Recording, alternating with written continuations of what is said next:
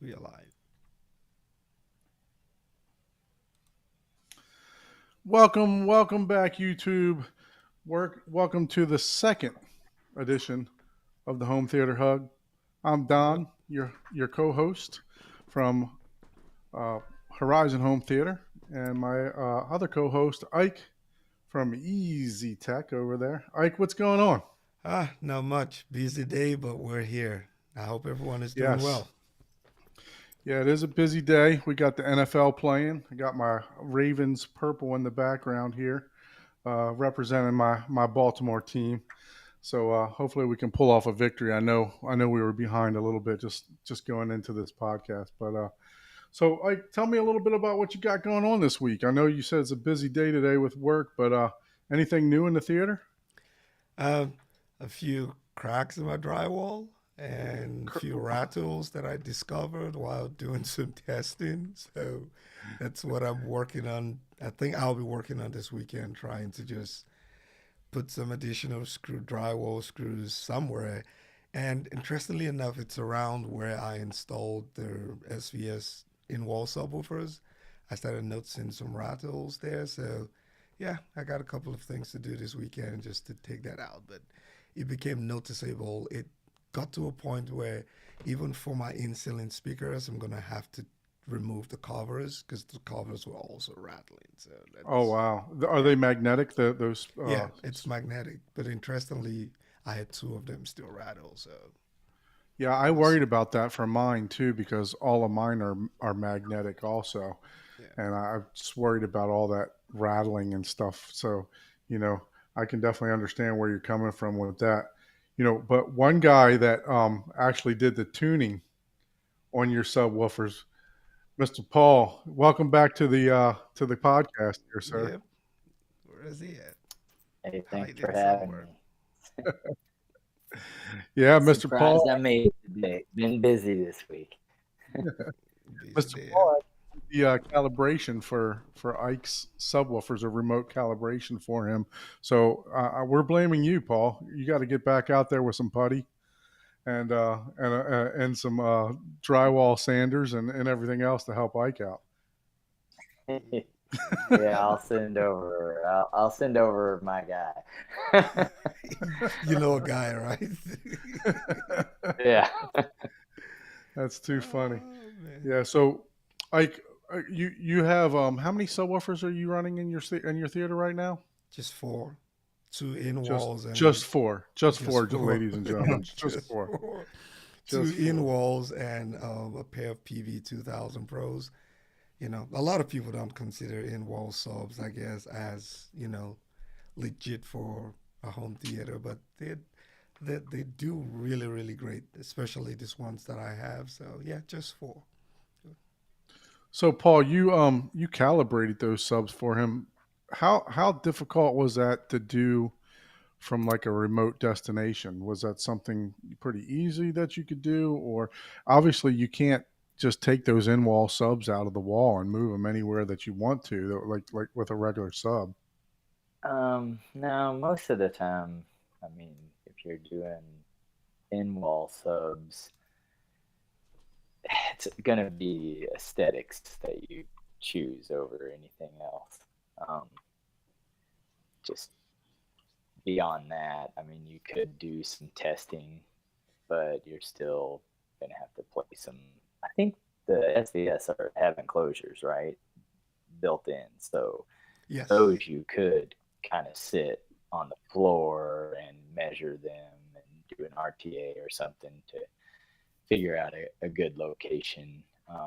But really, you could just, I know no one does this because it's a pain. You could just set a subwoofer, at your listening position and then measure the opposite location because the room's going to react the same if Yeah. you, because you're ideally wanting to know where your listening position sounds the best relative to the subwoofer. So you could do that and just walk around next to the wall, but that probably isn't the best because it's not going to react quite the same because you're dealing with the wall next to the mic So it's kind of placement's probably a little more difficult for sure. But as far as Right. tuning, they're all the same. I mean, this one was sealed versus ported, but luckily, which I kind of like about those SVS is they're tuned around. I don't know what they claim, but I know they're probably right around 25 hertz and above. Yeah. And they're extremely flat right out of the gate. So I think someone had mentioned that they have some EQ going on in there. So, but they integrated really well. And I mean, you'd have to ask Ike, if they sound decent because a mic can only show you what frequency response is. They did. I mean, I discovered rattles. But so that's yeah. So like that was I don't know if that's good or bad, right? That was one upgrade that you did to your theater recently, correct? Yes. That, So I know, Paul, we kind of went through your theater last week. What have you done any upgrades or anything to your? I know you had your barcade going on there.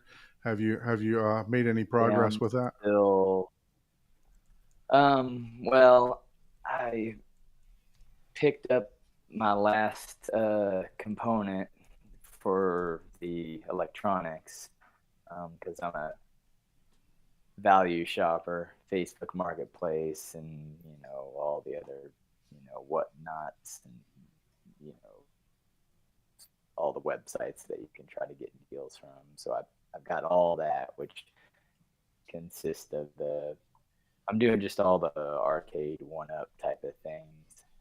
So I got a pinball and 3 arcades, and then I got an infinity table, and I'm building the bar right now. So I just got through piecing it together. I don't have a truck, or I probably would have just got a 20-foot already built lumber and then just been able to attach some. Hey, something tells me you're gonna have more LEDs coffee on the backside of it. I feel like you're gonna have more coffee on your bar than liquor. So, well, this is the alcohol bar. But yeah, coffee will definitely be in there too. For just sure. got to be spill proof, right? Late night coffee drinks. But as far as audio in there, right now I'm probably just going to put a couple of the SVS Prime satellites in there, just to give it some ambiance. I don't know that I'm going to do a full system in there. Okay. But so speaking of upgrades, small subwoofers maybe. Yeah, speaking of upgrades, I'd like to bring in our next guest to the to the podcast. Mr. Jordan, welcome aboard, sir. How's it going, everybody? What's up, Jordan? Mr. Jordan, Haterade Cowboy. If you guys aren't a subscriber to his channel, please make sure to go over and subscribe, like and subscribe all his videos. Make some comments. Jordan's taking the he's taking the YouTube world by storm. He's cranking out some subscribers there. I actually met Jordan at MWave. It was a pleasure meeting you there, sir, and thank you for joining our podcast today. Really appreciate you doing that. Thank you. So, looking at your, no problem. Anytime. You're gonna get a regular invite like Paul has, so you can be whenever you want to jump on. I was checking out some of your videos, that you got going on your channel, and noticed that one of them, we were just talking about upgrades to the theater. One of them, I saw that you, I guess, got some new 1961s in the Arendelles. Yeah, so I actually got some Arendelle 1961 monitors, a pair of those for my surrounds, and then I also have 4 of the 1961 height channels. I've got 2 installed right now. I need to install the other 2, and then I also got some 1723S monitors, the same that I have up front. I replaced my 1961 towers in the back with the 1723s. Oh, very good. So they're a little bit less space they don't take as much space as the towers, correct? Do you Yeah. have them on stands, or are they just Yeah. mounted to the wall? Okay. So all the 1723 speakers are on stands. The front LCRs are on monolith. Oh no, I'm sorry, monoprice speaker stands. They have you can put sand in them. So I put sand in them, some play sand, and then the ones in the back are also on stands, the same stands. But the 1961 monitors for my surrounds, my my theater is a little bit limited as far as width, and I have a riser, so I have them mounted on the wall just with the keyhole. I was gonna put them on like a VESA mount because they have a VESA mount that you can mount them, but it would have stuck out too far when people walk by. So I just have those on keyholes, and then I had to do something a little bit different on the ceiling. I think I had posted a short of I had bought these speaker wall mounts, and I had to go away from that because both of them fell off of them twice. Oh So wow. I was like, you know what? I'm not like one of them fell off. I was sitting in my living room and I heard this, massive noise, and I was like, man, what was that? And I went in there and the speaker had fallen off from the thing, and I'm like, did I forget to tighten the mount or something? And I was like, I'm pretty sure I didn't. So I was kind of skeptical of putting it back on there, but I put it back on there, made sure everything was super tight, and I'm like, okay. And I put some, I still had the foam from the boxes, Yeah. and I put it under. I was like, if this falls again, at least it'll fall, on the foam. Right. So about, I want to say a day later, maybe 2 days later, I came home from work, went into the theater, and the other speaker had fallen off. And I'm like, all right, this isn't working, man. Like, I can't. No bueno. There's still review units. Like, I'm gonna buy them, but like technically they're not mine yet. So I'm like, I can't do this. So I got rid of them, sent them back to Amazon, and I got something else. I got VESA mounts, but I had to take some wood. I had to mount it to the stud in the ceiling, and then I had to mount the speaker to that. So it's fine now, but yeah, everything's pretty much mounted except for the other two 1961 height channels, which I'm gonna probably do that next week. So when I walk into your theater, you're handing out 3D glasses and hard hats. Pretty much. Yeah. Well, my projector's not doing 3D right now, but hard hats maybe. Yeah. Okay. Well, You know hopefully what? you don't need that anymore, right? Yeah, he's I gonna mean, need I a might need a safety hard sign. hat. We're gonna have to sign a disclaimer working in there, like, Yeah. Well, and that was another thing. I'm like, man, what if my friends come over and they walk in the theater and one just happens to fall on their head? Like, that's not gonna be good either. hey, Yeah. that's why we don't mount subwoofers in the ceiling, right? Right. Right. That'll be a really bad idea. Really, No, really bad. they do have some in ceiling subs. So Yeah, I but know yeah, I Gene agree with you. Gene has some in his, I believe, but they have some, but they're expensive, and you gotta Yeah, you gotta exactly. have the proper mounting. You can't just like cut a hole in your ceiling No, like you can like a normal speaker. this is not a plug and play. No. No. I wouldn't even want So to do that, man. Like, I'll still be worried no matter who I get to yeah, install it. It's like, Yeah, I think it would probably be better if you had it installed like during the build. That way you can yes. prep for it. If you do it after the fact, it might run into some issues. Yeah, yeah, you definitely have to put some strapping and stuff up there just in yep. case some of the braces came loose and everything else like that. So Jordan, tell us a little bit about, we talked a little bit about your theater. We'll get into that a little bit more a little bit later, but what I'm interested in Jordan, what got you into this hobby? What motivated you to start, even in home theater alone, not just being a YouTuber, but just, getting into the home theater hobby itself? So, and I made a video about this a few months ago, but I guess the seed for my love for home theater was planted years and years ago before I was even, a home theater enthusiast. And I talk about that in my video. But I went over to a friend's house. I don't even think I was a teenager yet.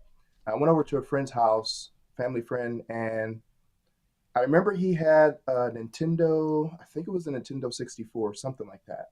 But we went over there, and whatever game he was playing, at some point, like this bass kicked in, and I guess he had installed surround sound because we had been over there before, and I didn't remember experiencing that.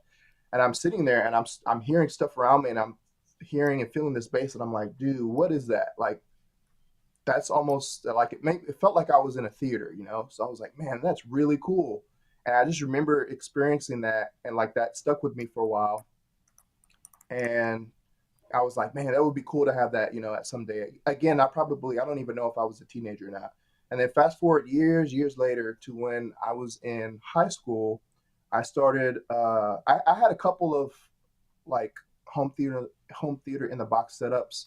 My brother bought me like a little Logitech speaker, 5.1 speaker system, I think when I was in middle school. I had that for a little bit, and then I got like a 19-inch TV. So, I had this little janky surround sound in my room that me and my brother shared.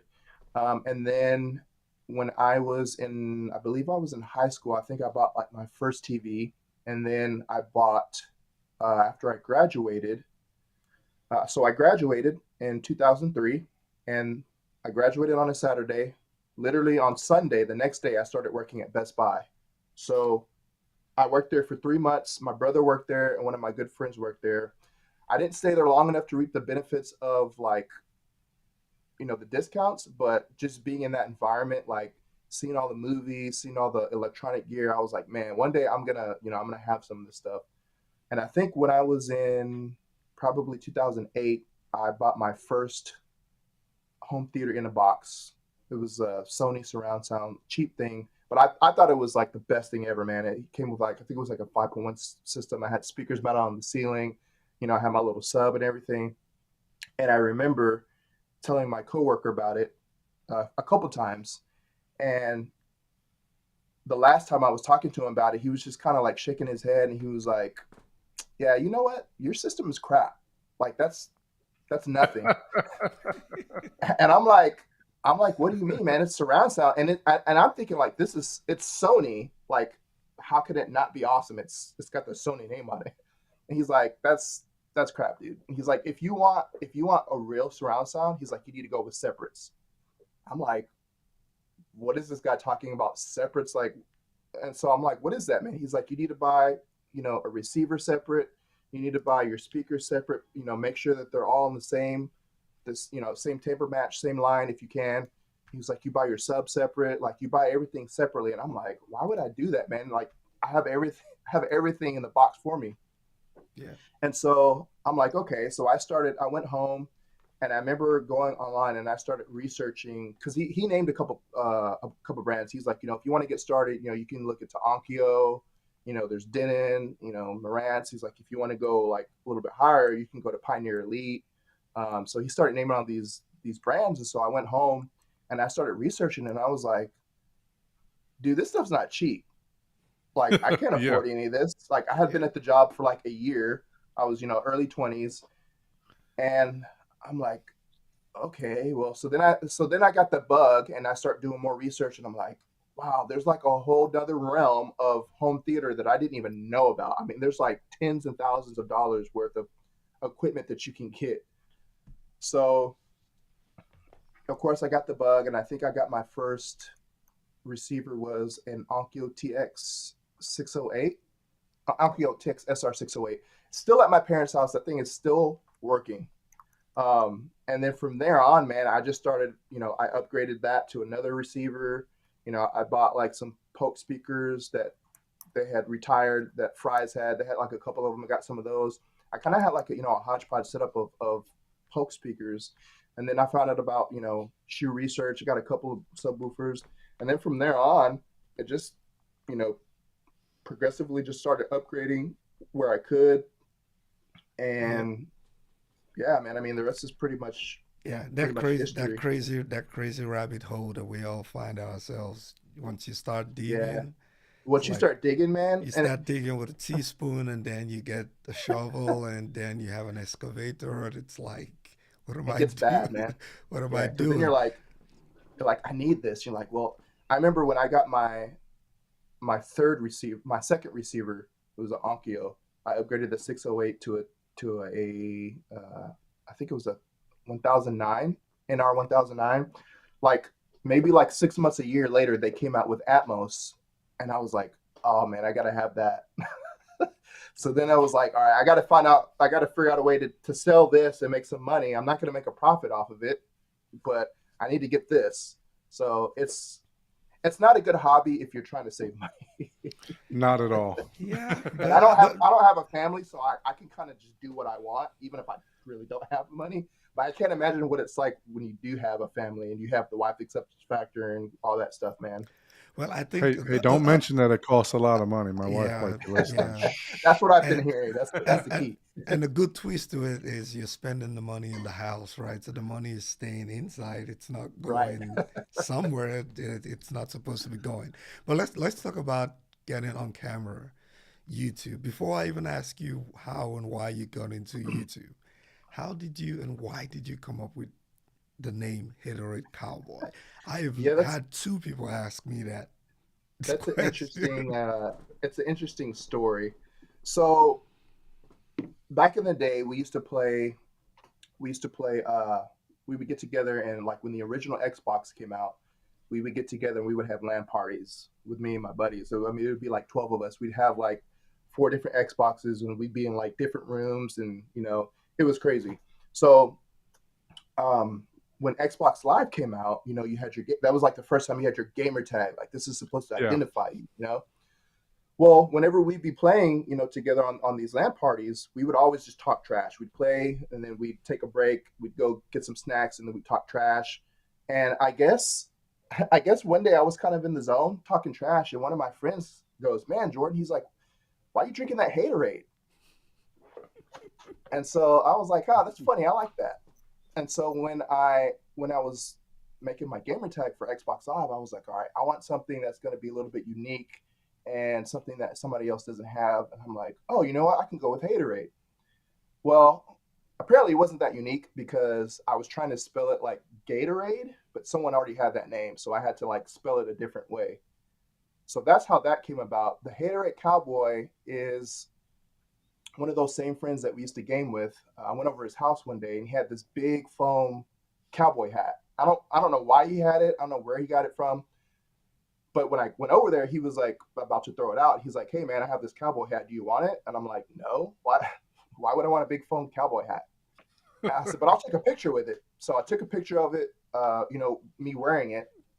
Well, that same friend, he's like a very, very good artist. So he photoshopped me, and I have the picture, and I'll have to send it to you guys at some point. But he photoshopped me wearing the hat, and then he put on there Haterade Cowboy. So Oh wow. that's how the name came about. When I was making my YouTube channel, I was like, all right, I want something unique that nobody else has. And I was thinking of like all these names. I was thinking about like, whatever, cinema. And then I was like, wait a minute, nobody's ever gonna put these two words together. No. Why don't I just use that? And so that's how the name came about. Sometimes people, it's funny because I'll say the name and people are like, "Wait, what?" Yep. But it's Yeah, they're one of my buddies recently. He was like, "You thinking about ever rebranding?" I was like, "Nah, man. I got a logo and everything. Like, I'm not doing that." The first yeah. time I can imagine the yeah, companies. the I can first time I imagine saw the one of your companies just videos. reaching out to you like, Haterade. Yeah, Do I and really want to what's send funny? this to you? What's funny is a lot of them, most of them, when they send me an email, like if they're sending me an email for the first time, it starts off with "Dear Haterade" or "Hey Haterade." I'm like, that's pretty funny. I don't mind it, but I guess it doesn't really matter. They don't care. Yeah, the first time I watched one of your videos, when I saw the name, I was like, man, this dude must be really dramatic, man. 'Cause then I watched the video and I'm like, his name doesn't even match his personality. Funny. It's like completely different. I was like, Definitely not a okay, cowboy, but yeah. But Thank you for the update, Eric. Appreciate you being in the chat, buddy. Baltimore TD. If you guys aren't looking at the chat, Eric just sent that out for me, so thank you. Want to say hi to Rich. Thanks, Rich. Hey, thanks for sending the kind words out last week too. Appreciate you so much. yeah, yeah. So down to the YouTube journey. How did you start it? And you've grown pretty fast on YouTube. So what's the secret? And how did you get I mean, started? I'd have to kind of disagree with you on that. I'm not growing as fast as I would like. Yeah. But I will say I have had probably some opportunities earlier than some other people have had. You know, when they had the same subscriber count. But you know, I've just been hustling and trying to make good videos. But to answer your question, so I started my channel in, I think it was September of 20, what is this, 2023, 2021. Um, it was an idea that I had been kicking around for a little bit, maybe like earlier in that year. You know, I've been on watching YouTube for years and stuff. And, you know, I was always, anything that was home theater, I was just like soaking it in. Like I wanted to watch that stuff. So I was watching, you know, Youth Man and, you know, Shane Lee, Elon Osborne, some of those guys. And I was watching it, you know, watching these guys, and I'm like, man, that's really cool. And I started thinking, I was like, you know what? I don't know everything, but I feel like I have enough knowledge that I've been doing this for a while because it's, you know, been and what 15, 20 years that I've been into this stuff. It's like I feel like I think I could do that. You know, obviously I had no experience with cameras, nothing. I didn't know anything about photo editing or video editing, filming. Like I didn't have equipment, I didn't have lighting, I didn't have, you know, cameras, I didn't have microphones. I just had a phone. And so I was kind of just I, I kind of held back a little bit just because I didn't know, you know, what to do and how to really get started. But again, it was an idea that was kicking around for a little bit. And I went on a trip with some of my friends who, you know, we hang out all the time. We talk every day. And we went to Austin. And somehow, I don't remember how it actually started, but we started talking about home theater. And one of my friends goes, "Man, you should start a YouTube channel." He's like, "You know a lot about this stuff." And I hadn't said anything to him about me wanting to even start a YouTube channel. So when he said that, I was kind of like, all right, if this dude is telling me this, like I need to just go ahead and do it. And so I was like, man, you know, my videos are probably gonna suck, but I'm just gonna all I have is my phone. I'm just going to, you know, turn on the camera and just start, you know, making some content. And again, I didn't know anything about editing. Like I had to do research. I had to get on YouTube, look at stuff, and yeah, it was fun, but it was a little rough because I was using my phone, and then I had to figure out a way to get the footage off of my phone into an editing software. So that was a whole process. I did that for a little bit, and I was like, I can't do this anymore. I got to get me a camera. So they got me a camera, and then, you know, slowly started getting, you know, some equipment, more lighting and microphones and stuff. But yeah, I mean, it was just one of those things where it's like I want to share this passion. And also there was other stuff that I was kind of looking for that like nobody was talking about. So I got like theory something. I was looking everywhere for content and I couldn't find anything. And I was like, you know what? I'm just gonna make some content on this that I know, you know, from my experience with it. So it was just kind of one of those things where I wanted to share my passion with others because I knew that people were out there. And you know, like I said, I followed Youth Man and all those guys, and so I would see the comments and stuff. Um, I had no idea if I was going to be successful or not. You know, I'm still growing, and I still have a lot of growth that I want to do. But I've never really been camera shy. That wasn't really an issue for me. It's just not knowing how to, you know, like film and edit. And I mean, I've learned so much from different people, different creators, going meeting people live like you guys. You know, got to meet you guys at Mwave, which is really cool. So it's the home theater community is so big and so vast. I know it's not as big as some other things, but Yeah. the people who are home theater enthusiasts are so passionate. Like that's one thing that fascinates me is that everybody who's a home theater enthusiast, whether you have a dedicated home theater or, you know, a man cave or something in your living room, like we all understand each other. Like we Yep. get it. And Yeah, the community I like is that very, thing. very, you know, you do get your keyboard warriors, Yeah. and some trolling and stuff like that. But hey, what I've noticed is, whenever we get together in a gathering or Yeah. an event or something like that, everybody greets you with open arms. You know, Yeah. it's a really inviting community. You Yeah. know, I've been talking to Paul for several years now, and I mean, when we went to Mwave, when I told him I was coming out to Mwave, he offered his couch or a spare bedroom or whatever. Don't know me from Adam, but I just offered you to snuggle up next to Ike. No. To be honest, that's what I actually offered up. well, got to put the Even pillow between us, Ike, just like planes, trains, and automobiles. I call Deeps on the couch, man.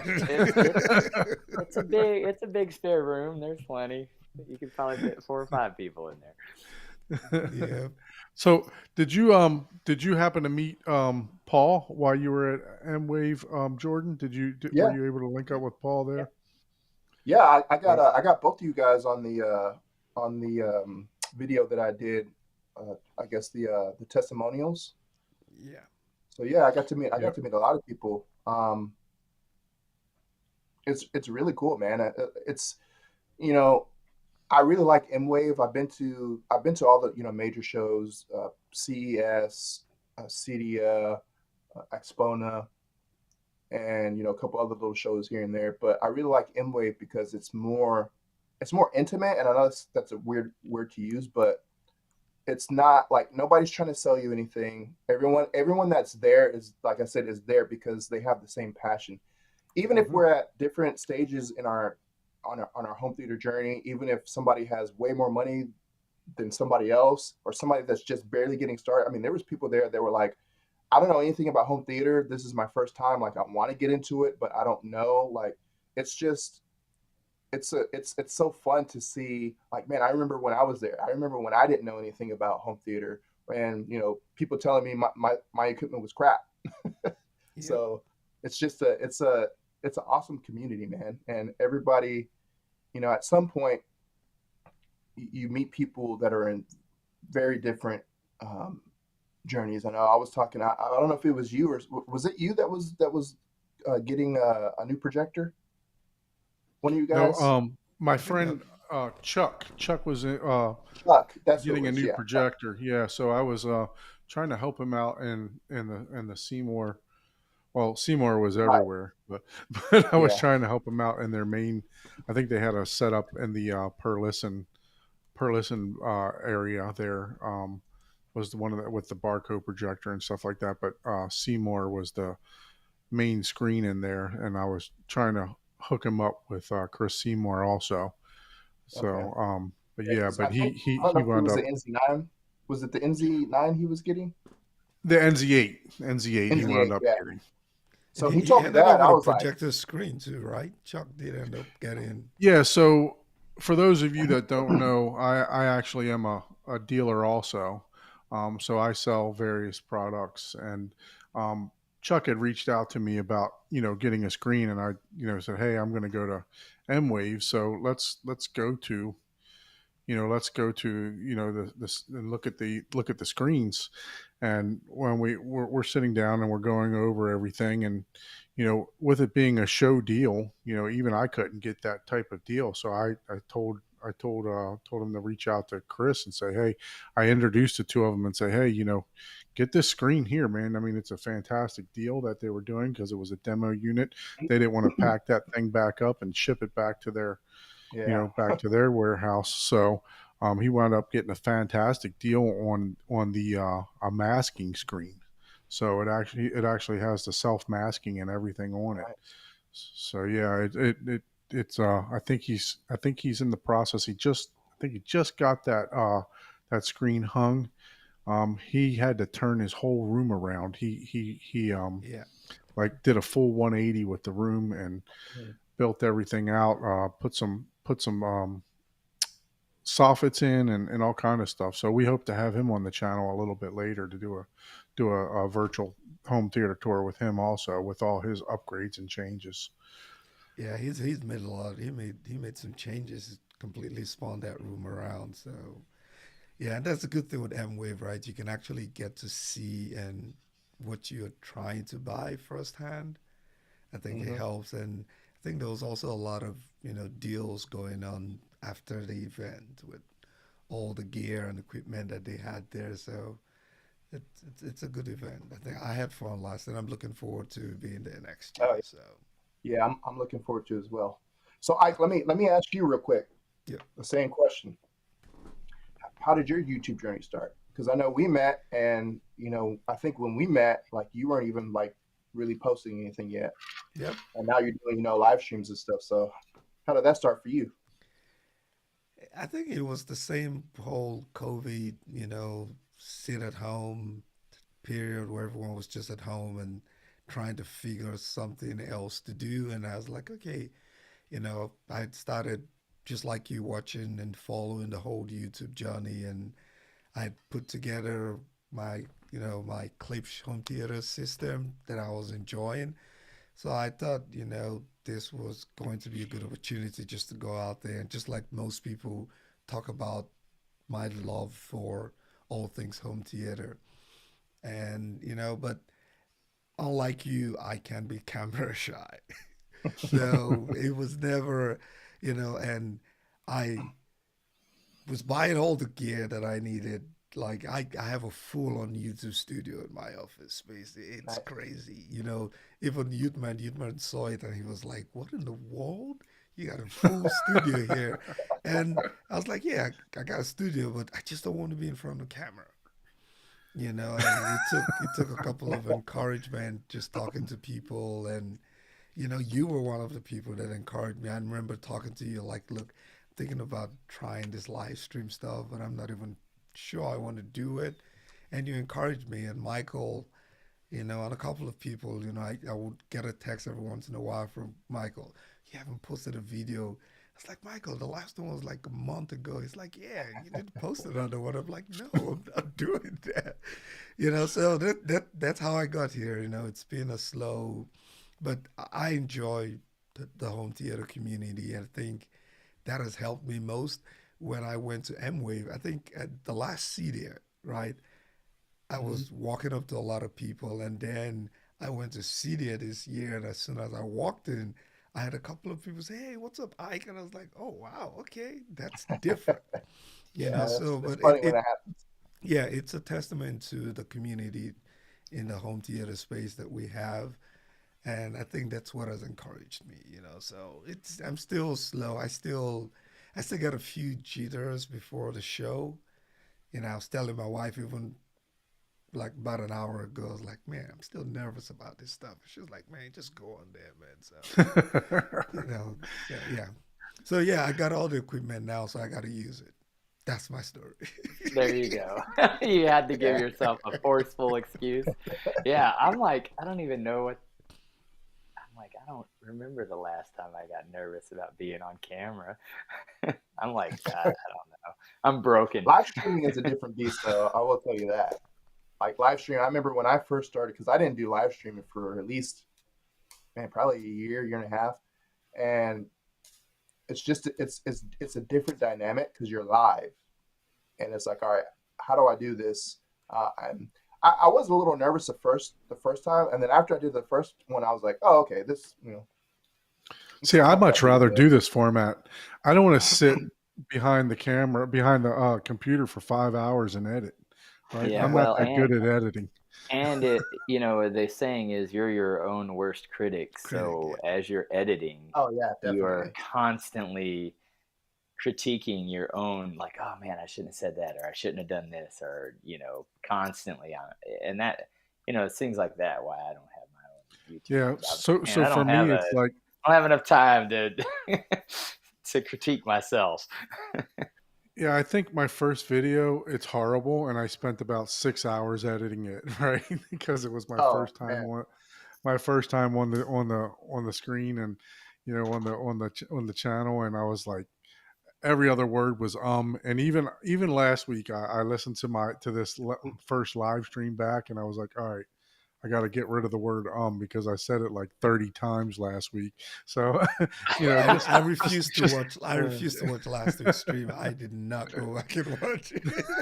you know That is, what's funny about that? What's funny about that is when I first started. So even though I wasn't camera shy, like a lot of my first videos are just bad. Like sometimes they'll pop up or someone will comment on it, and I'm like, man, how long ago was this? And I'll go and watch it. I'm like, oh man, I can't watch this.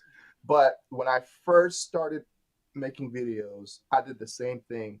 And like when I went, and you don't realize it, but I went back to the editing and it was like I don't know how many times I said that. And I was like, I trained myself to not do that. But one thing that helps too is after a while, I got a teleprompter. That was like such a big lifesaver, man, because being able to just read from the script, you don't have the opportunity for word whiskers. So like that's like I'll never go without that ever. And that's one of the things where I was saying I was a little bit nervous for live stream because I had been using a teleprompter for so long.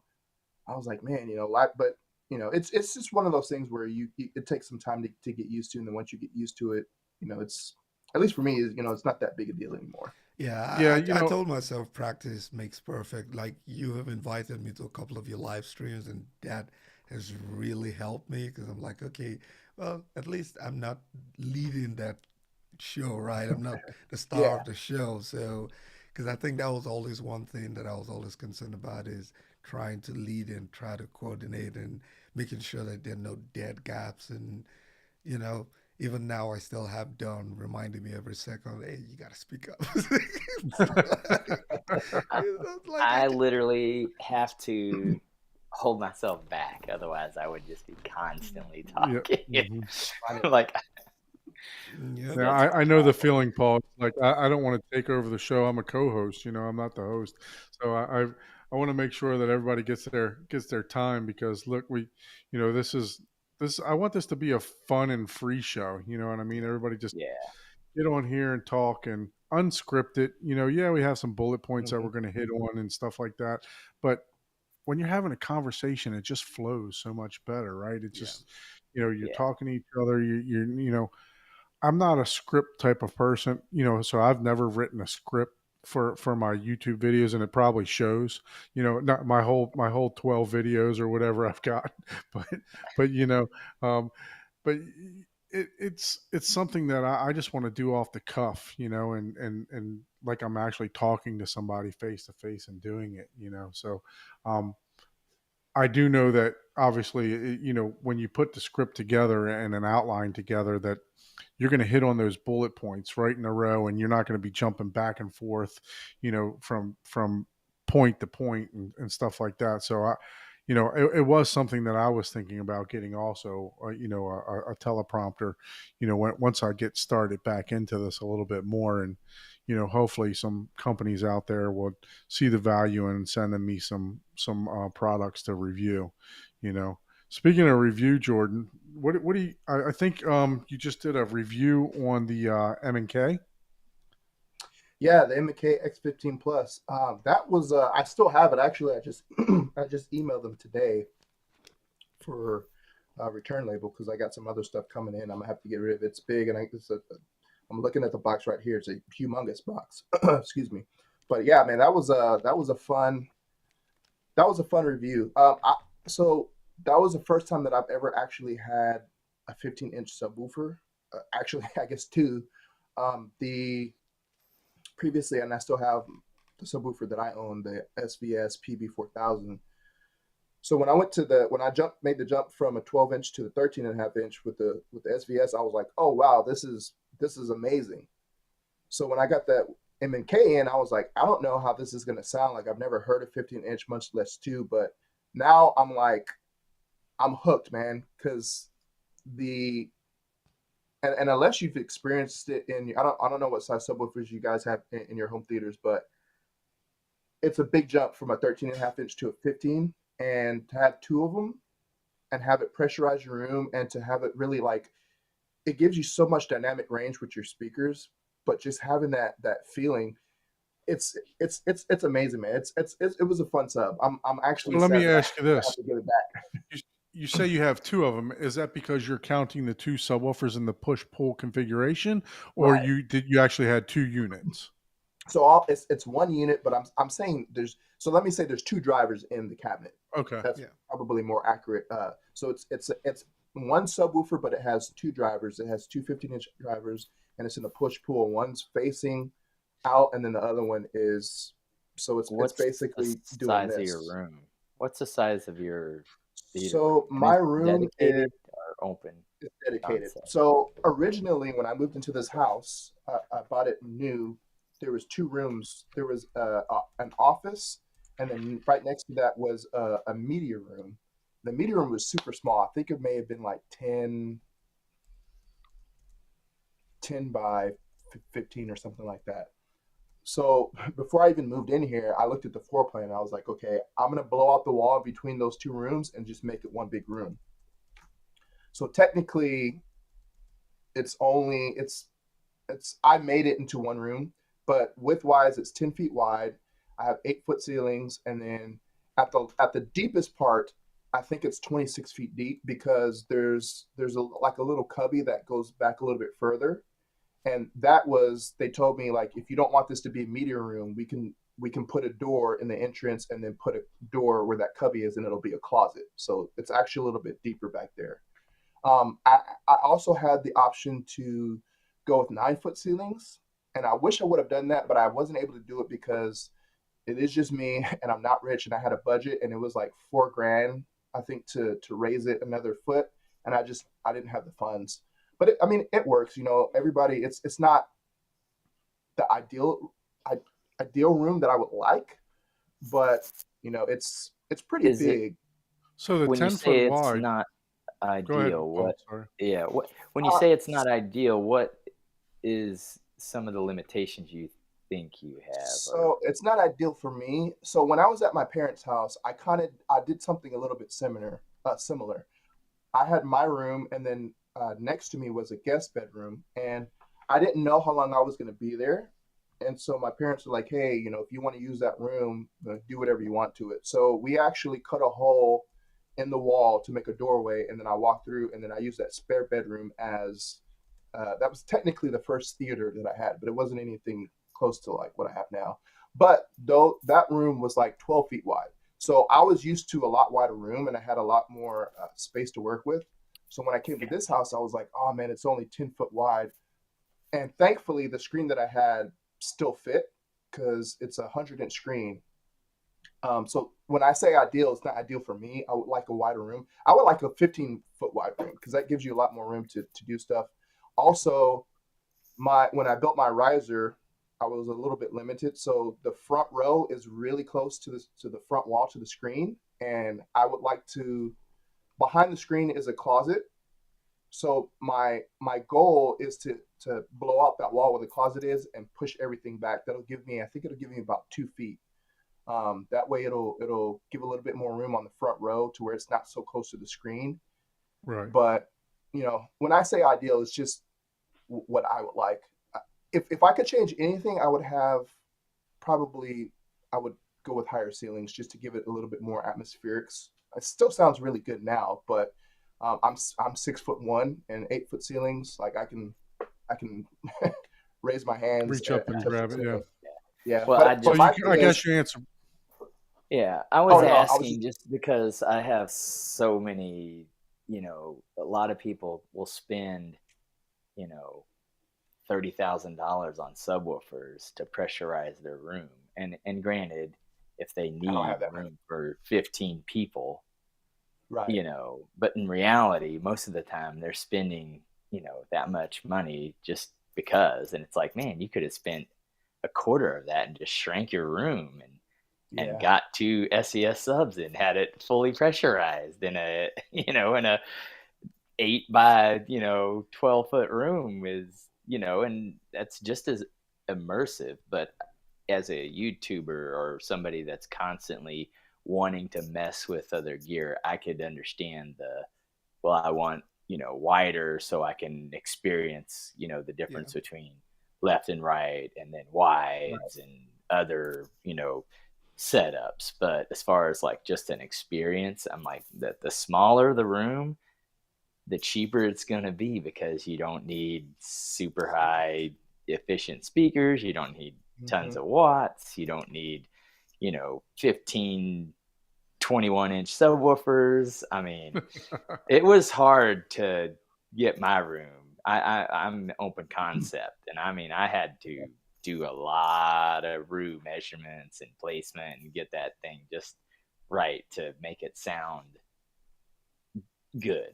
And and it's, I mean, at the open concept, it's 8,500 cubic feet because there's every spot is open to each other. So, and every other room or channel is a giant suck out, almost like a speaker box with a giant port. So every time it goes into another one of the rooms, it creates a null, and it's like, oh man, that was a pain to try to get around most of that stuff. Yeah, but you guys, you Kansas City guys, you guys set the standard for subwoofers, right? So it's Oh Man, gosh, tell me these about it. people get it out of control around here. You're like yeah. 21. Oh, that's cute. 21 The inch. rest of us Yeah, have to deal with 15 all that Kansas subs. City mess. I know, right? So Jordan, you're located in Texas, correct? Yes, sir. I'm in Houston, Texas. Okay, in Houston. Yeah, there's a big home theater community in Texas. I know a lot of people in Texas that I don't know about community. I don't know if you guys have get-togethers or whatever, but Yeah. or home theater crawls or whatever. Well, But not in I Houston. know. They do in Dallas. Yeah, we do have in Oh, okay. Dallas, and Eric in the chat. Shout out to Eric in the chat. He is one of the he's actively involved in the Dallas, the DFW Okay, home very theater good, very community. good. There's an AVS forum page, and man, they have some. I haven't been to any of the events just yet, but from the pictures, some of those guys have very impressive home theaters. Well, from my Yes. understanding, the houses in Texas get built with a media room. It's like a standard It's room. almost like a standard, at Depending on least where in you the are, Dallas. Yeah, especially in the DFW area, they typically will come with media rooms. But from the pictures, what I've seen some of the guys have, I'm like, this is why I'll probably never invite you guys to my. So along those lines, I'm actually going to Dallas next month on the 15th to film 4 home theaters. Actually, and it's funny because I met Rusty. I don't know if you guys met. Yep. Well, you know Rusty because we Yep. went to lunch. We went lunch with him. So I met Rusty there, and that's how that got started. Because I think Youth Man was saying at the first Mwave, he met a lot of people from Texas. He was like, "Man, you guys need to get together and like, do some stuff." And so when I met him, he was telling me about his theater, and we started talking. And he was like, "There's a couple of guys that have some pretty nice home theaters." So I was like, "You know what? I'm gonna do a home theater tour when I come back from CEDIA, and depending on how that goes, I might try to come out there." And so I did that one. I was like, "Okay, I think this is manageable." So yeah, on December 15th, I'll be driving up there, and we're gonna do 4, including Rusty's. I think he's got a complete JTR system. Yeah. Another guy has a complete focal system, really nice focal. And I don't know what the other 2 are, but yeah. So Mwave, man, like I wouldn't have been doing this if it wasn't for Mwave. Yeah. That's fantastic. So I'm Yeah, super excited about that. Yeah, I actually do have my That's home right. You theater still got to tour put of yours up. Eric's. Yeah, it's Eric's home theater, and I should have that coming out next week. I just got the final edits today, so it's taken me a while. But yeah, after that, then I'm hoping to be able to do a couple of more home theater tours around the DFW area and just get to hang out with a couple of the guys and see what they have. But yes, in this area, there's some really, really good home theaters. Appreciate you, Yeah, Eric. yeah. Yeah. So getting back to this M&K sub, because I got some questions on it. Right? Okay. You have it's Dominus rated, right? And You check this comments, thing is looking very, very similar to the per listen D215s at $6,000 compared to 10. Yeah, there's a big price difference. Dominus rated. I know that the per listen it has the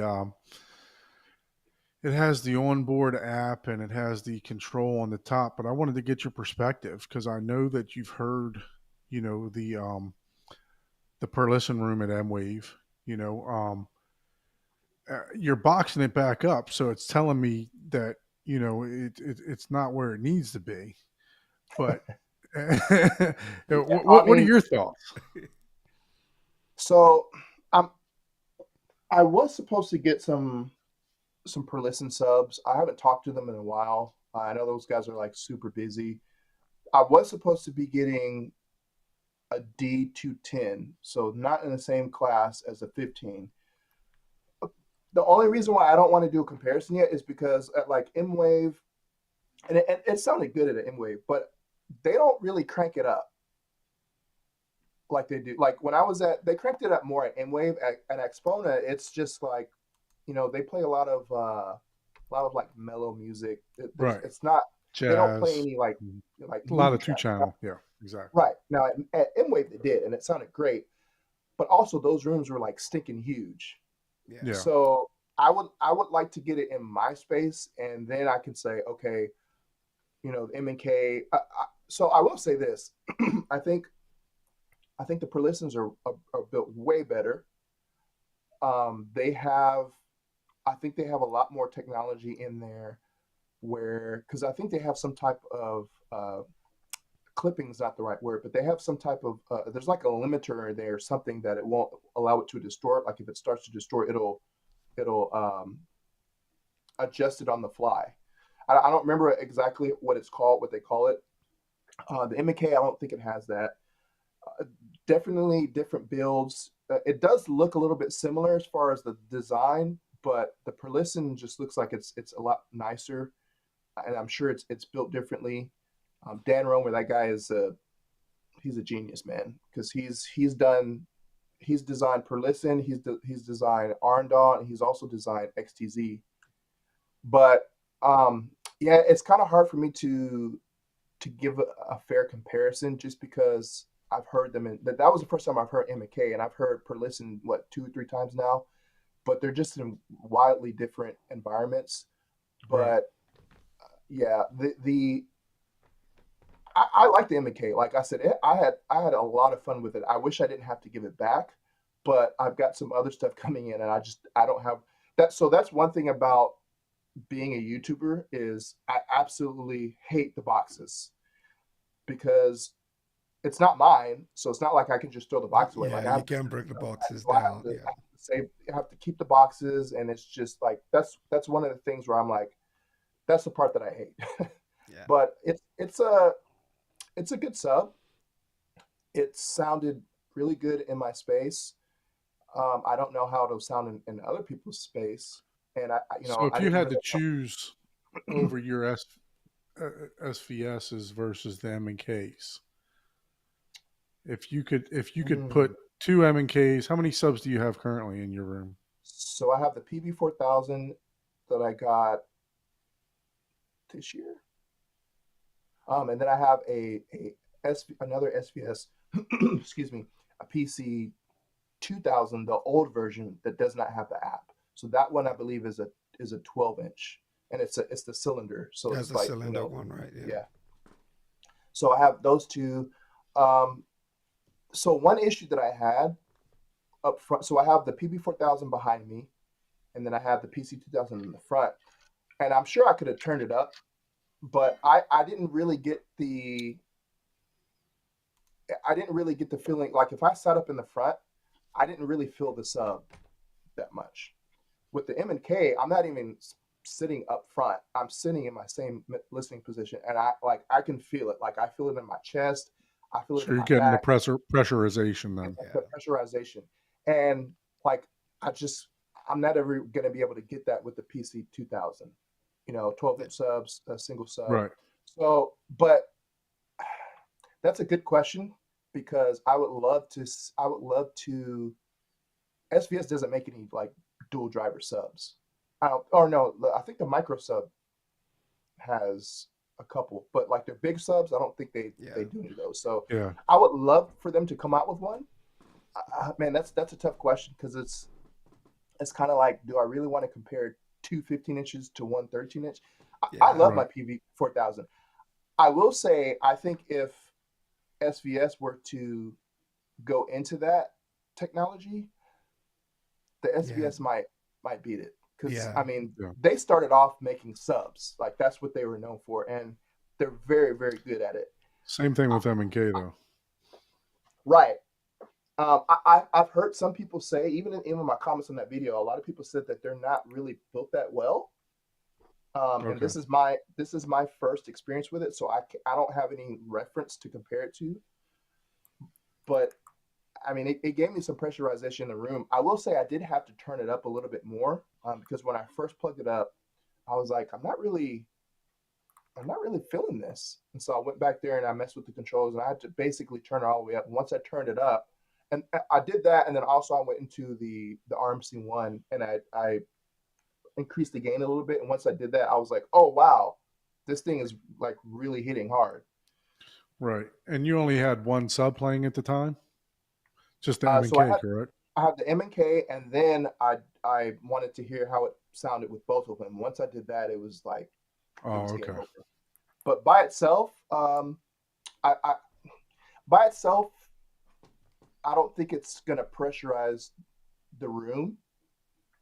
If I was sitting up front, like you'll feel it. If you're in the back of it, you'll still feel it, but it's not gonna be as much. And that's just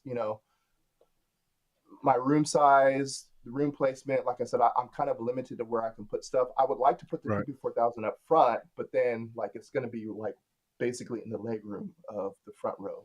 But man, that's a tough question. I would say if I had a choice and I had two SVS drivers, I would probably go with the SVS. Okay. Very good.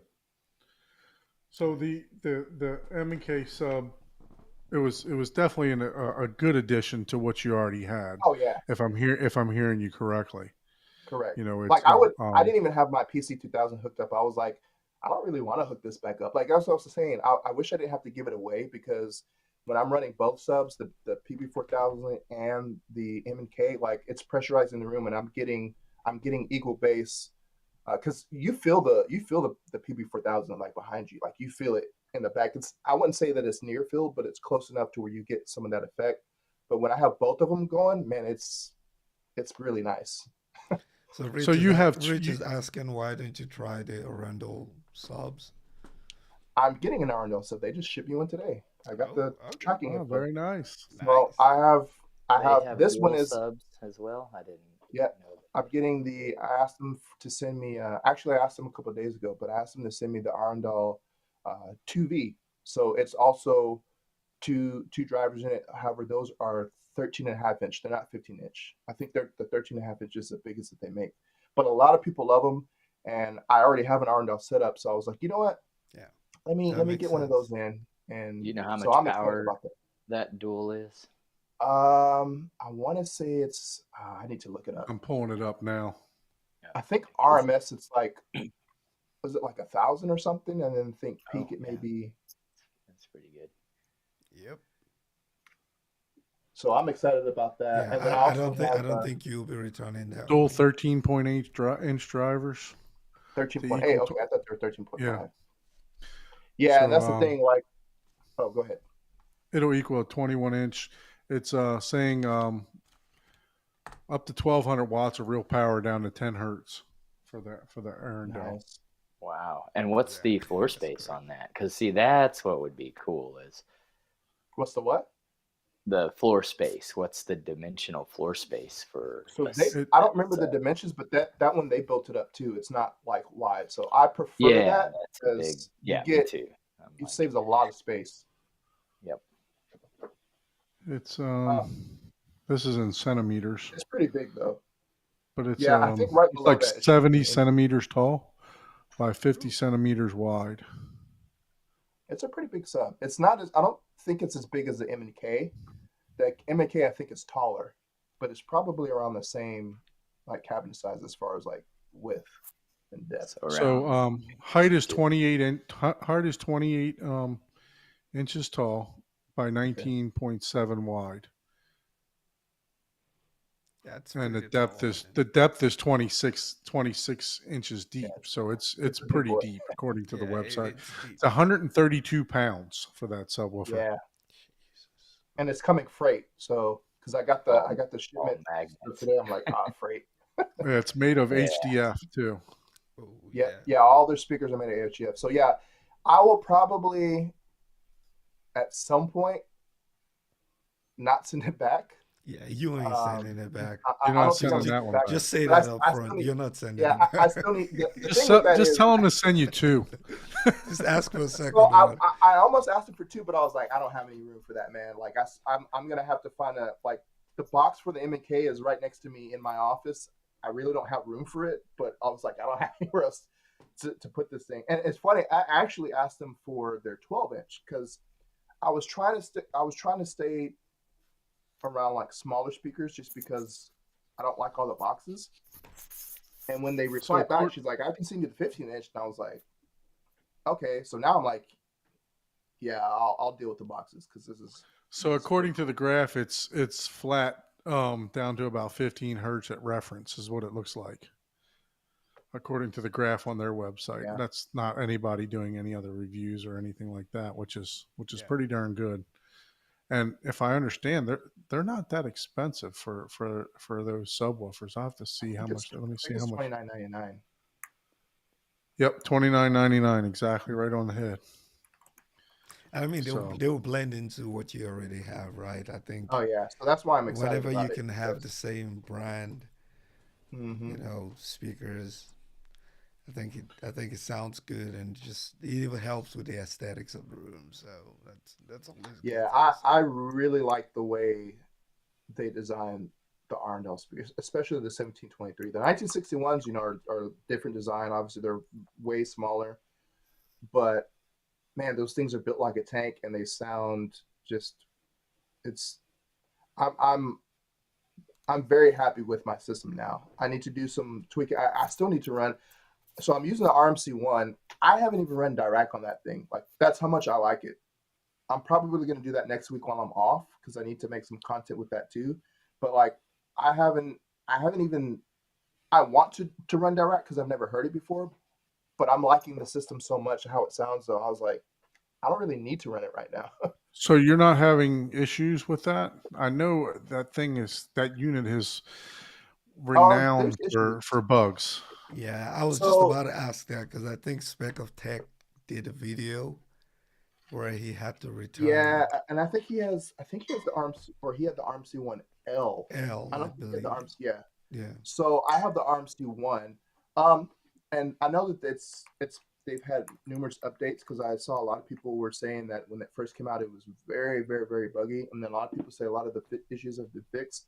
I'll say that it works pretty 85 to 90% of the time it's fine, but that 10 to 15%, and really it's the HDMI. So every once in a while I'll turn on my projector and I get like no video whatsoever. It doesn't matter if I turn off the projector, if I turn off the RMC one. The only thing that fixes it is if I pull the cord out directly from the RMC one, and then it goes through its boot up process. That and then the HDMI switching is like the slowest HDMI switching that I have ever seen on any receiver on any product. It's bad. Other than that, it sounds incredible. I'm probably going to end up buying it. Once I'm ready to because I like how it sounds so much, and I think I'm hoping when they come out with the Plus models, they're supposed to have like the H8K boards. I'm hoping they fix all that, but yeah, when it does glitch, it's pretty frustrating. It's pretty annoying. Like I just got it happened to me twice this week, and I was like, you know what? I'm not going directly into it with the video because I have the HD Fury. So now I'm going videos going directly into HD Fury, and the audio is just going to the RMC one. Like that's how much I got tired of it. And I was like, I'm done with this. I'm just gonna use this as the processor and not the video. So it does have its issues, but I think it used to be even worse. Yeah, no, I know when it first came out, I looked at it really hard. I was seriously considering, but then I did see a lot of people review it and just say that it was so buggy that, it really ruined the experience for you. And I was looking at it mainly because of the expansion, right? So Hmm. they were talking about being able to do 28 channels in that thing. And, my theater room is not the biggest theater room in the world, but it's 21 deep by 18 wide, Yeah, that's pretty 23, wide. 23 and a half before the without the wall that I put up for the screen that I'm building. But yeah, I mean, I knew I wanted to be able to do a high channel count, and the main reason I wanted to do the high channel count is because um, Oro 3. I wanted to be able to set up an Oro 3D system along with an Atmos Atmos system, system. and literally just click a button and not have to mess with anything in the back of the back of the receiver or anything like that. But then found out that they weren't going to be supporting Auro 3D, and Hmm. I don't even think they have the DTSX Pro yet or anything on there yet. I On the think new it's one, just they will. on the new one, yeah. Yeah, so that was something that deterred me from it. But everybody that I've talked to that actually got the unit to work said that the tonality and the Yeah, sound of that the is just sound, like the just Yeah, sound is phenomenal. really amazing. That's what I it's hear. amazing. Yeah. And I was coming from an Anthem MRX 720. So before that, I had three Onkios, and then I upgraded to the Pioneer Elite, and that sounded better. I sold that thing. I ended up not liking it just because it was kind of cheap. But once I went from there to the Anthem, I was like, oh wow, this sounds much better with the Anthem Arc Genesis. So I love that thing, and I was basically using it as a pre-out. I wasn't using any of the internal amps. So I was like, man, everyone keeps talking about how amazing the Emotiva is, and I'm never going to be able to afford, at least now, I'm not going to be able to afford a Trinoff. So I was like, let me see if I can get a review unit. Took a while, but I got one, and like, not kidding, as soon as I hooked it up, I didn't change any settings. I didn't go in there. I didn't change audio levels. I didn't even change the distance yet. I did that eventually. Hooked it up, and I was like, dang, this is pretty sweet. Like, it's Yeah. immediate. If you've never had a processor before, it's so much better. Like, it's hard to describe, man. But Yeah, I had it in my shopping cart. Then I saw Spec of Text video, and I was like, "Ah, man, I just removed this." Like, now you got to and go back honestly, out. 'Cause- like I said, 90% of the times it works fine, but there's just, for yeah, whatever reason, it decides, you know what, I'm not going to give you any video right now, and you have to dedicate like 5 to 10 minutes of trying to figure, because it's like, man, I don't want to go back there and unplug that. Let me see if I can unplug my projector or do this, and then finally it's just like, nope, that's not going to work. Let me just go and do it, and then you got to wait for it. So, like I said, when it happens, it's super super frustrating because you have to, yeah. Um, I hope that that's fixed. They're saying that they're all that stuff is going to be fixed on the next iteration. But like what you were talking about too with the expansion models, that was like 5 years ago, and they still don't have that Still. available.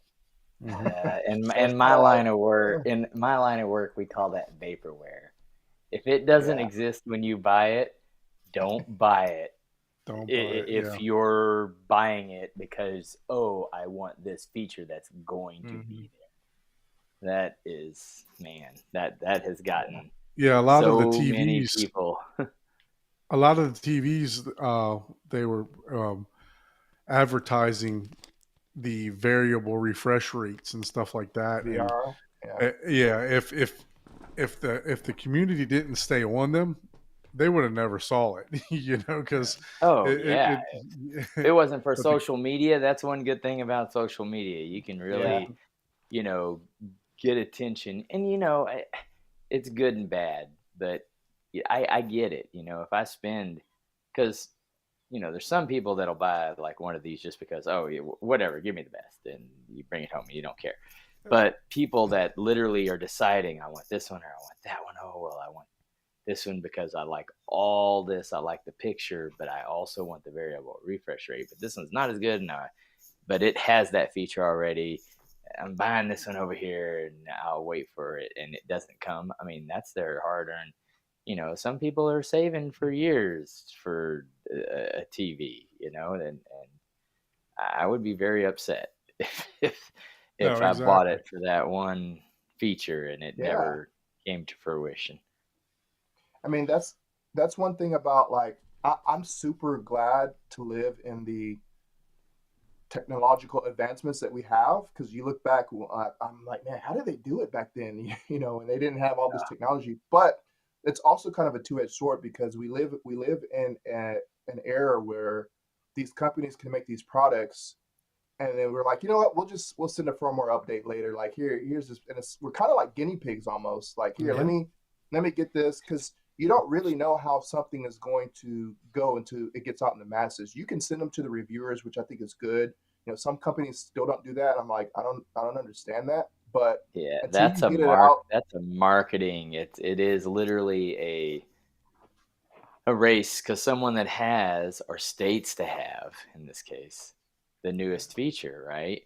If you are first to market, then that's the only option. Even if it doesn't exist, Mhm. people are Well, like, "Oh, but I want like look at that." Sound And United.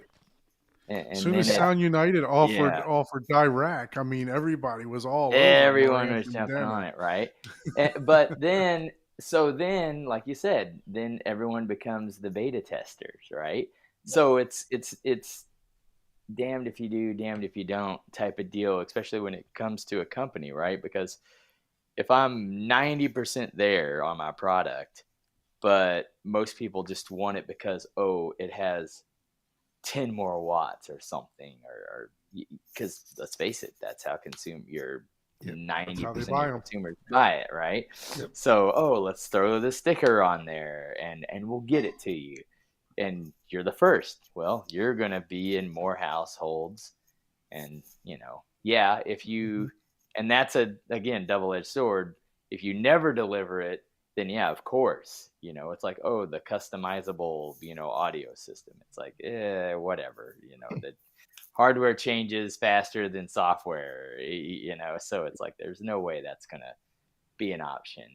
If it was I mean, you'd probably make more money doing a leasing program rental. Hey, every 2 years that we come out with something, boom, but you're only paying so much a month.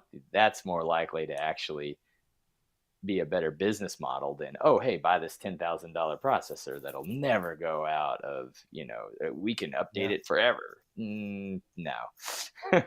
that's never going to be a Yeah. thing. But then the Yes. only again, thing they got to give that's you an there is like, update. Go on, Joe. yeah, and that's why Well, Trinov, like, it's super super expensive, but they're still running the same. They're still running the same Yep. equipment from when they first started, and they're just updating the software. So it's one of those yeah, things where, what's that? I think it's the i5 chip and Yeah, it's I not got a Yeah, even the the friend Intel i5. literally, i5. Yeah.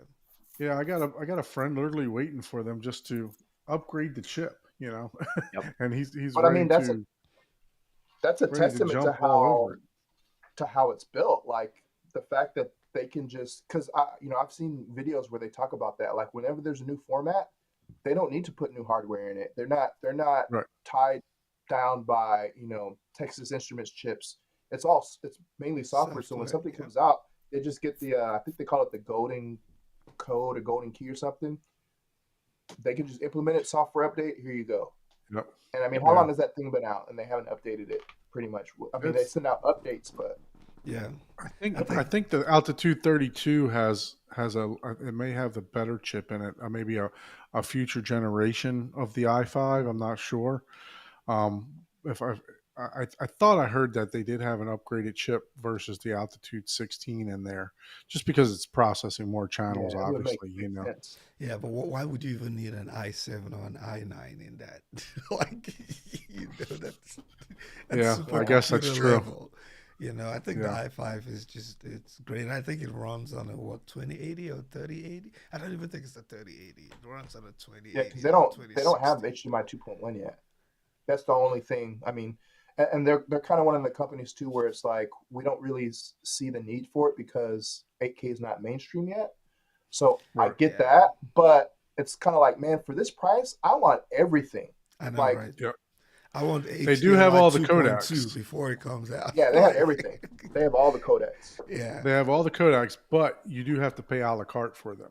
I'm not sure if you know that or not. Really? Yeah, and I look at their Yeah. clientele, right? Do their clientele really need HDMI 2.1? You know, except if No. they're like gamers and all that. But Jordan is right. If I'm paying, I want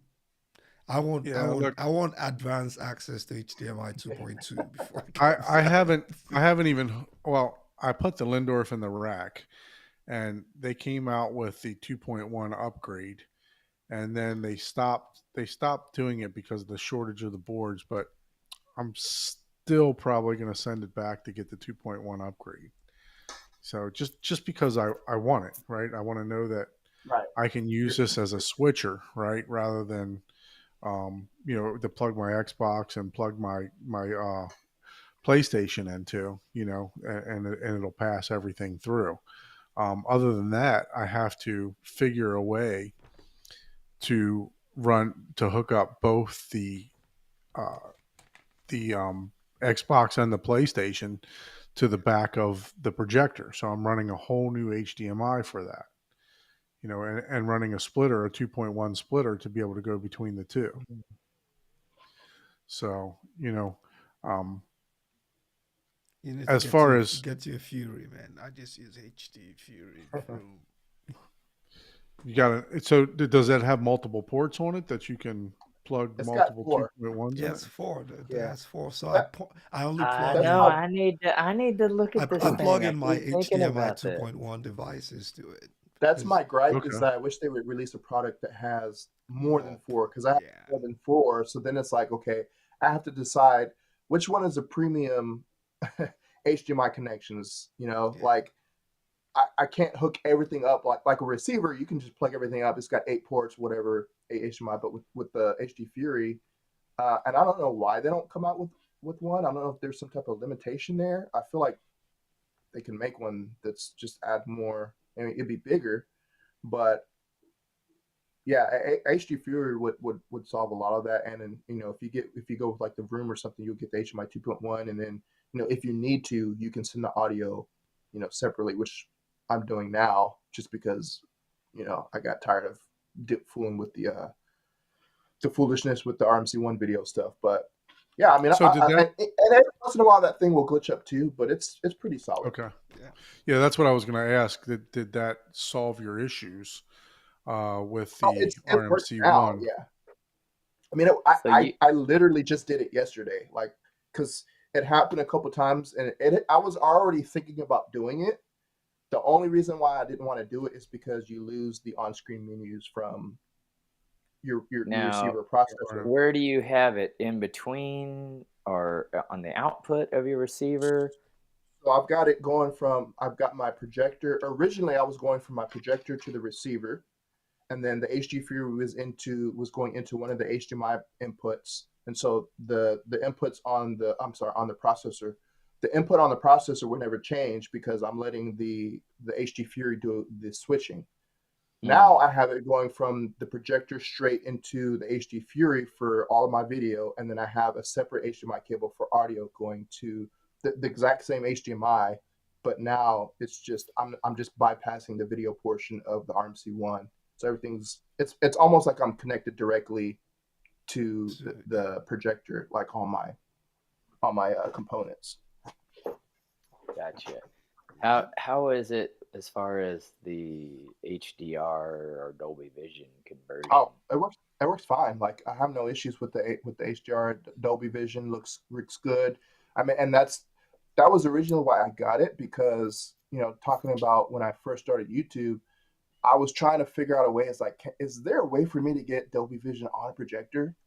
Because I felt I've never really been one that's like FOMO, but that was one thing I was like, man, I really want to try Dolby Vision. And then I saw a video on Home Theater. What are those guys? They're over in Australia. What is their channel called? Home Theater Engineering, I think. Home Theater Engineering. Yeah, Oh, I saw yeah. a video where he did that, he was talking about that. I was like, HD Fury, I've never heard of them. So I started looking it up. I kind of thought, I was like, man, this is probably a gimmick because I've tried the HDMI switchers, I've tried the splitters stuff, and I was like, this is probably going to be jank. I was like, but you know what? Let me order it. And I ordered it, and I was like, man, this thing actually works. And it's very customizable. Yeah. I don't know all that part, but literally I just plugged it up and it just, I was getting like Dolby Vision. I had to switch a couple of settings on there, settings. the Which, I TX. But I was mean, like, technically, it's not Dolby Vision, Right. That's but what I at the was going same with. time, it, and this is why I want it, and I'm thinking about getting it. It converts and limits, I believe, but I don't have one.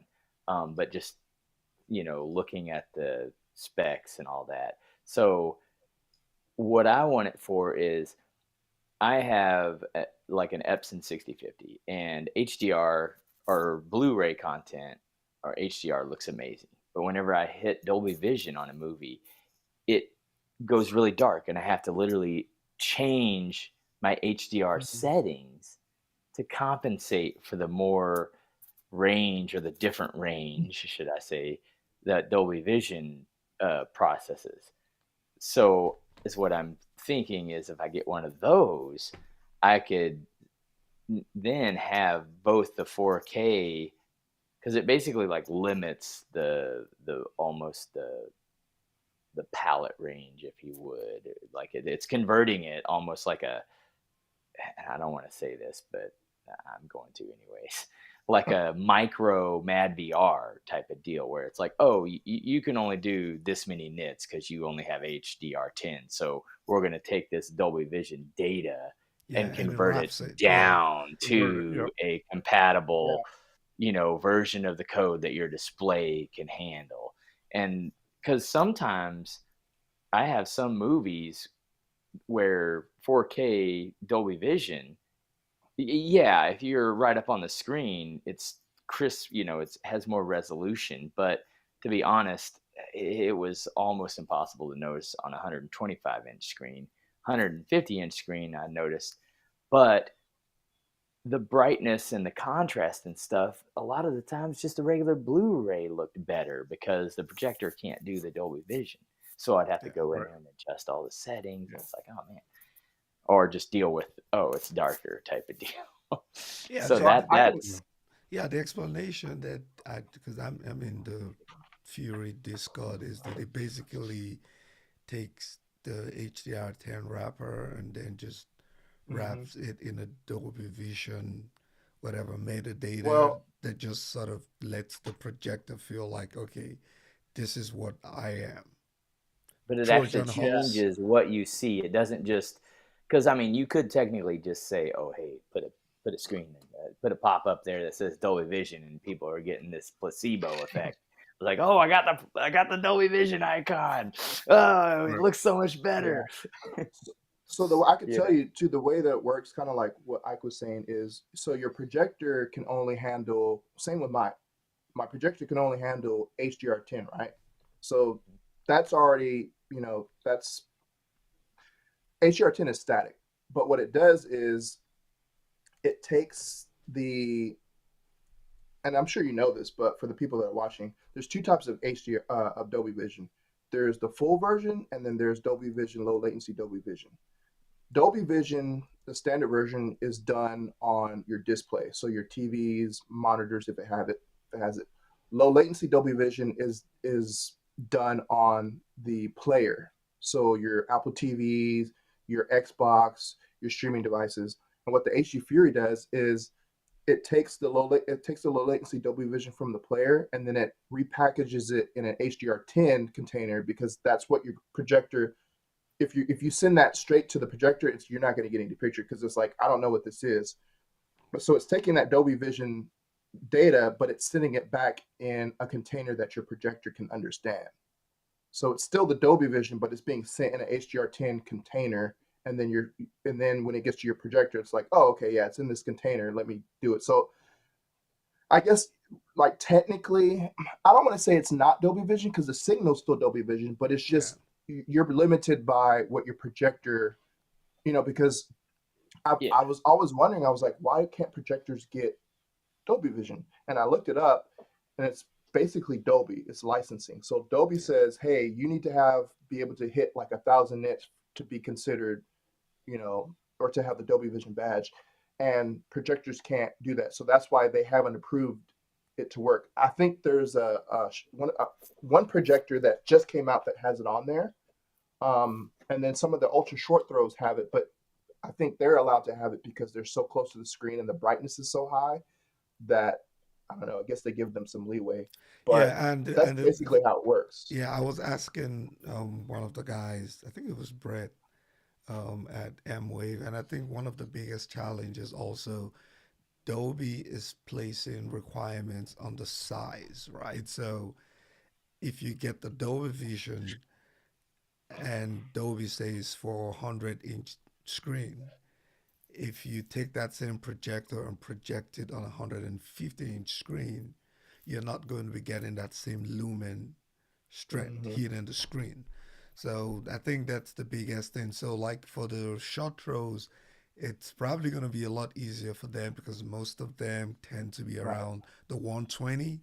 So they can go to Dolby and say, look, we project to 120-inch screens, and Dolby will give them a standard for that.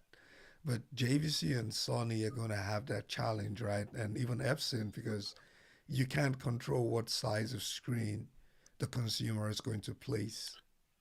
So according Mhm. to Wikipedia here, so the peak brightness has to be at least 1,000 Yep. nits. The black level has to be able to go down to 0.005. The contrast ratio at least 200,000 to 1. And then you also need to be able to achieve 99% of P3 color gamut. So with that being said, there aren't very many projectors that are going to hit 1,000 nits. I don't know of And any. right. Um, and then the other thing is the black levels also. So, Yeah, like Paul was saying, it may wrap it in that container and convert it. Because listen, this is exactly what the Mad VR does, along with the Lumigen. I have the Lumigen, right? So what it does Mhm. is it takes the HDR and then converts it back down to SDR in a higher color ratio. So, and then it tone maps accordingly, to whatever your display can do. So I'm thinking, the that device, it's a Zoom, H- correct? the HD Vroom, Fury. HD Fury. Oh, Vroom. Yeah, HD Fury. Yeah, he has the so Vroom. that I have device is kind of doing the same thing. It's putting it into a different wrapper and right. just allowing it to pass through, you Yeah, know. Hmm. And your projector, whatever your projector can handle, it's just going to output Right. that. yeah, And the other Yeah. thing too, though, with low latency Dolby Vision, and I've tried to find it and I can't find the information. Low latency Dolby Vision is also uh, not as much bandwidth as the regular Dolby Vision, Yeah. so it's But the probably a lot easier to send that. advantage, yeah, the advantage of your Lumigen and your Mad VR though is you can customize it, almost tell the device Right. this is the nits I have, therefore Correct. yeah, convert it to here versus I think what we're talking about because I You can think do this that in HD do. Fury too, but it's not on the same level as Mad VR or Yeah. Lumigen. Oh, okay. Yeah, I'll have to So, look and that. that's the Can you tell thing it? Can you is, tell it how many nits or the brightness of your mhm, display? yeah. You can, Oh, you you can can, okay. you tell how can many do nits. that. Yeah, However, that function is, at least for me, it's very intuitive, and I don't know how to configure that myself. And I've reached out to HD Fury like numerous times and asked them like, "Hey, will you guys come on the channel for live stream and talk about how to actually configure this manually?" And they won't do it. So there, I'm not. It's not nearly as powerful as a Lumigen or a Mad Yeah, VR, but yeah. you can go in there and customize it. I just don't know how to do it, so I just use the I'm gonna, presets. I'm gonna, I'm gonna have to get one now. yeah, That's the kind of thing that I like tinkering with. But Yeah, yeah, if there's yeah. you can It's a actually kinds of good. stuff set you can it go in there. to the. it's a good device, That would be but that would be nice. yeah, but a lot of things come into play. It's still going to depend on how good your projector is and how big your screen is and all of that. So Yeah, it's yeah. not a magic. Yeah, Everything is relative. It's like, yeah, you might have, you know, yeah. 30,000 lumens, but if you have a 400-foot screen, that doesn't mean anything. But I'll tell you though, but even psychologically, it still feels good whenever you turn on Netflix. You see that Dolby Vision sign. I can Yeah, you tell got Right. you, that. Right. Yeah. I enjoy it. The At rest of you minimum, guys I'm don't getting the enjoy it. placebo effect. It's like, Yes. Yes. I got the little Same color thing with me logo. too. Yeah. Feed me the placebo. That works. When I'll I take when I that had one. my Yeah. Denons sitting up front, and I'm turn on a movie, I want to see that damn Atmos banner come up, right? I Hmm. don't, and I'm aggravated if it doesn't come up, and then I got to go into the menu to see why. Okay, well, Hmm. what's going on? I know this is an Atmos movie. Then I'm restarting the movie all over because the disc automatically loaded in master DTS instead of in Oh, Atmos. So I was just like you said. I gotta I gotta have those banners up. So Yeah, I I definitely see it and understand I that. feel good. And look, I can see the difference. That's all I can tell Yeah, and it's funny because before I had that, I guess maybe I just didn't understand it right. But like, everybody kept talking about like, oh, Disney Plus has Dolby Vision now and stuff. And I would go to Disney Plus and I would never see anything that said Dolby Vision. I'm like, why can't I? I didn't realize that the app won't even show the Dolby Vision option unless you have a Dolby Vision the capable. player. Yeah, Because I was like, connected oh, it's display. probably there. I just won't be able to play it. It just but it says like looks at the HDR. display. So if you have all your devices going into your receiver, and then one device or your output going from your receiver to the HD Fury, it will all your devices Mhm. see a As long Dolby Vision so capable device? Yeah, as long so the thing with the HD Fury, like to get Dolby Vision, everything in your chain, obviously, your projector's not, but everything after that in your chain has to support Dolby Vision. Yeah, So like my Anthem RX that supported Dolby Vision, if you have a receiver that doesn't have Dolby Vision, it doesn't matter. Like everything in that chain from your Xbox to the receiver to your once it gets to your projector, it's gonna displayed as Dolby Vision. But yeah, if you have an Xbox Series X that has Dolby Vision, an Apple TV that has Dolby Vision, you have the HD Fury, but then your receiver it can't process Dolby Vision, it's not going to matter. yeah. So It's almost like HDMI 2.1, right? Everything in the right, chain has to. Gotcha. If one because it thing has to breaks pass it, it then it's through. broken. Yeah, Yeah, yeah. So as long as it has the bandwidth, the capable. Yeah, so as yeah, long as it has the bandwidth, you're good. Once it gets to your projector, then you'll get the little Dolby Vision badge and Hmm. everything like that. yep. Well, speaking of equipment, Jordan, are you able to show us the real life of a YouTuber?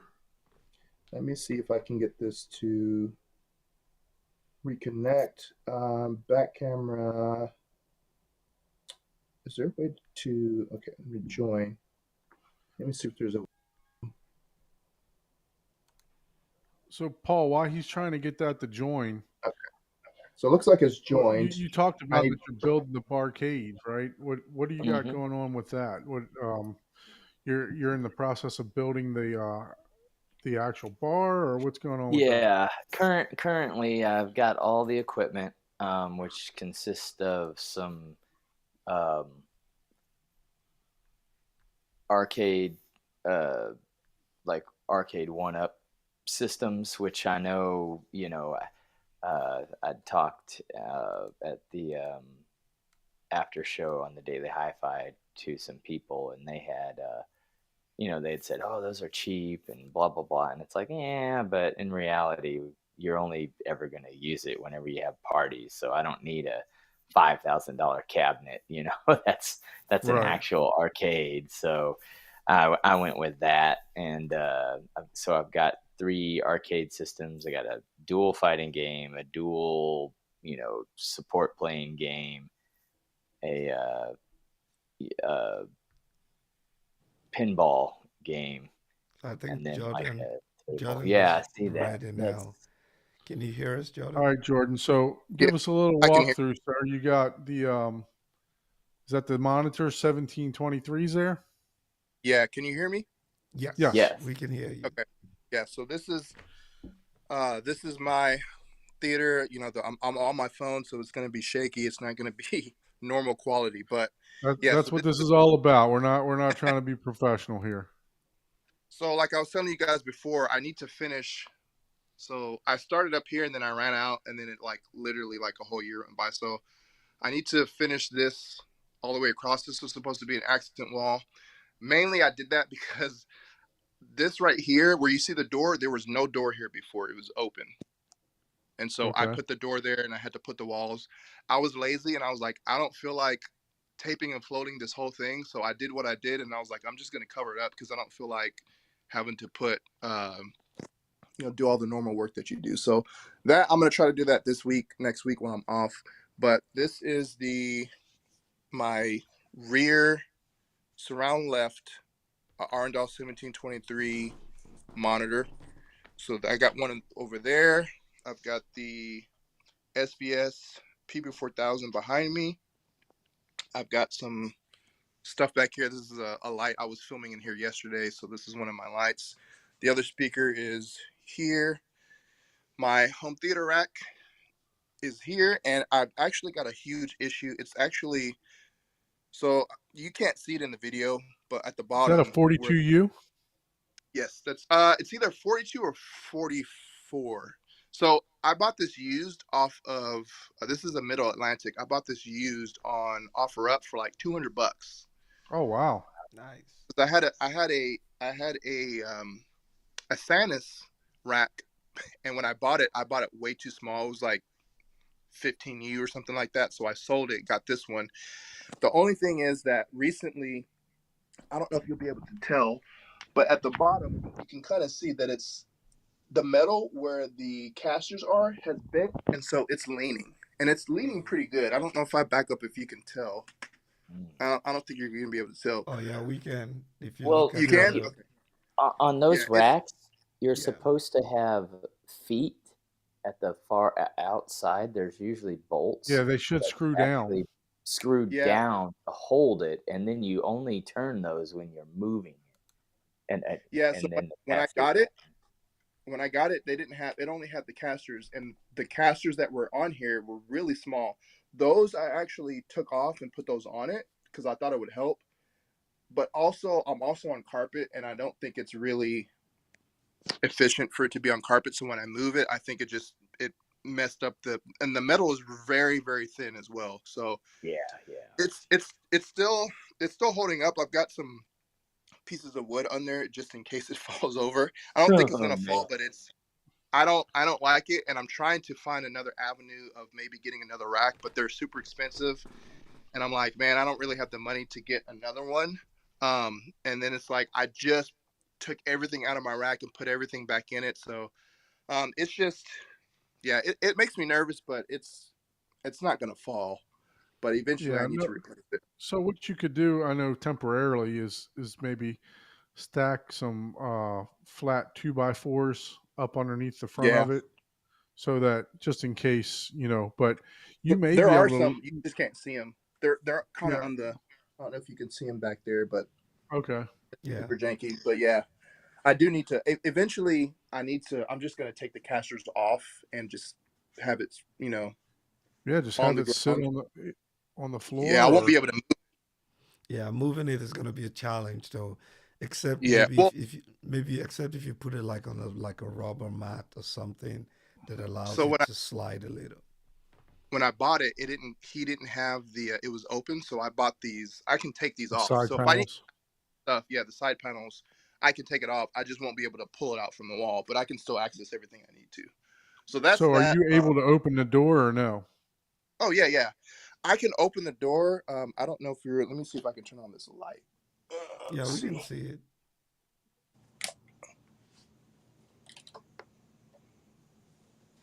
Let me turn this up.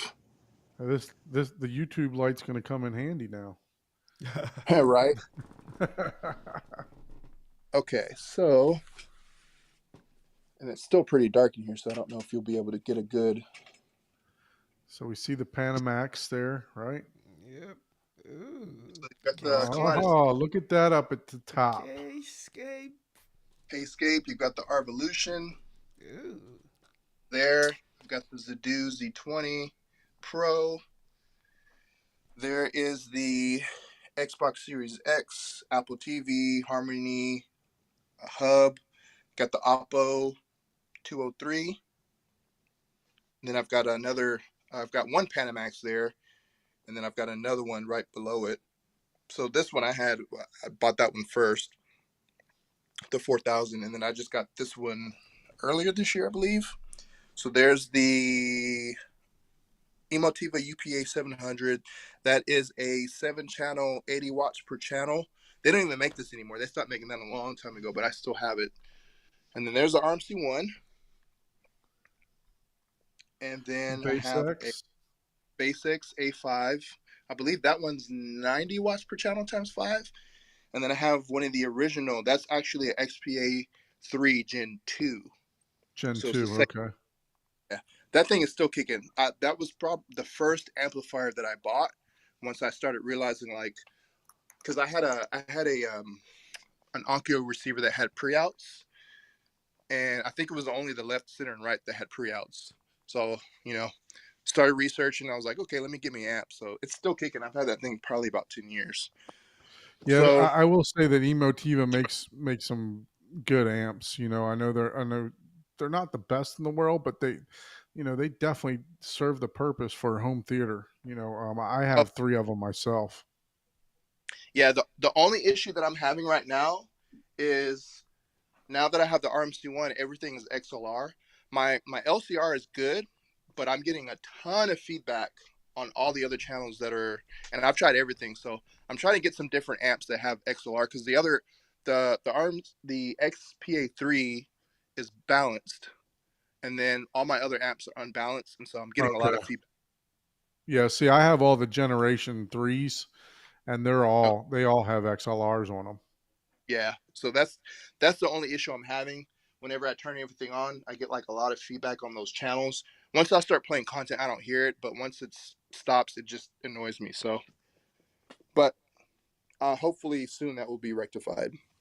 So on the front, I've got some more 1723s.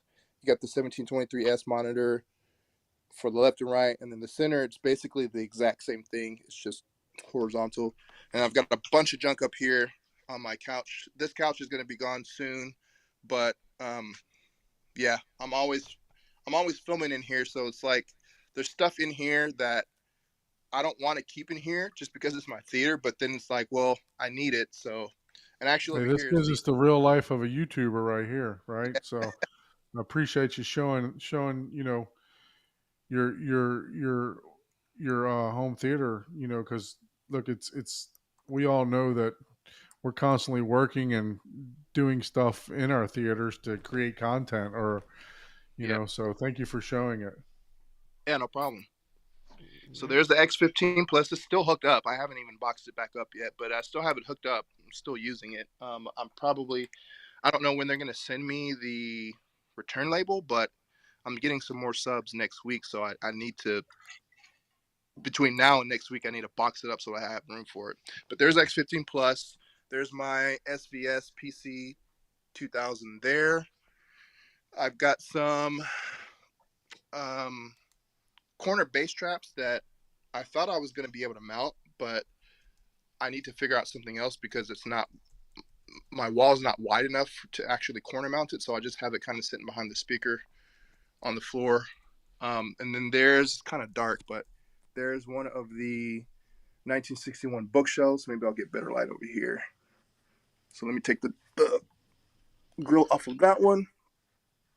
Okay. So there's 1961 bookshelf that I'm using up front. And then on the surrounds, this is the 1961 monitor. So I have Very 2 of nice. those. I have one there. There's my old speakers that I was using, my Polk in walls when I first moved in here. So that's what I was using for my surround. And now I'm using the 1961s. So that's You got diffusion and What do you got? Yeah, I was just distortion gonna and say, is that all kinds of stuff. acoustics diffusion? yeah. So this is my acoustics diffusion. I've got one there, and then I've got. Let me see if I can back up. I've got some more up here, and then I've got all these acoustic panels are from Acoustimac. So most of those I've had for a long time. That's Acoustimac. That one right there, I built myself. I have two of those. And then I've got some bass traps. The black ones are bass traps. The gray ones are acoustic. Basically, acoustic absorption. There's one there. So there's my other 1961 monitor. So if you can see here, this is where the room was before, where the wall was.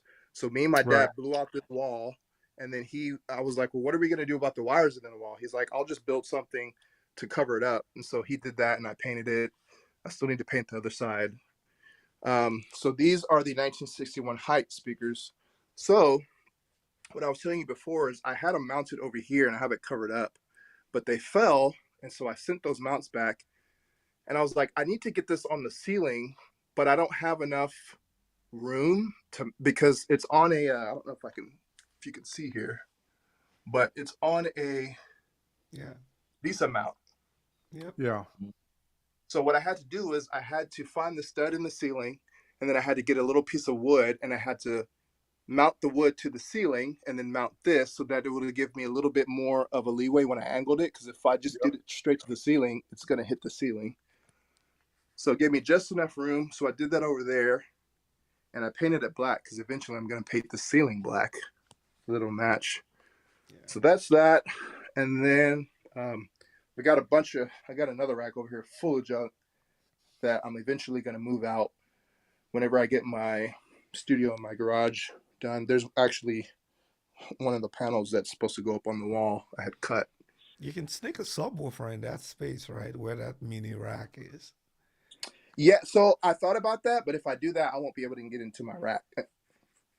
And I don't want to have to move the subwoofer every time to get into it, Well, yeah, that's true, because I think that the cylinder SVS one can. Yeah, so I was actually thinking about putting the SVS over here, but I was like, if I do that, I won't be able to get into here, and I'm not about to move that thing every time I need to to do it. So what about your projector?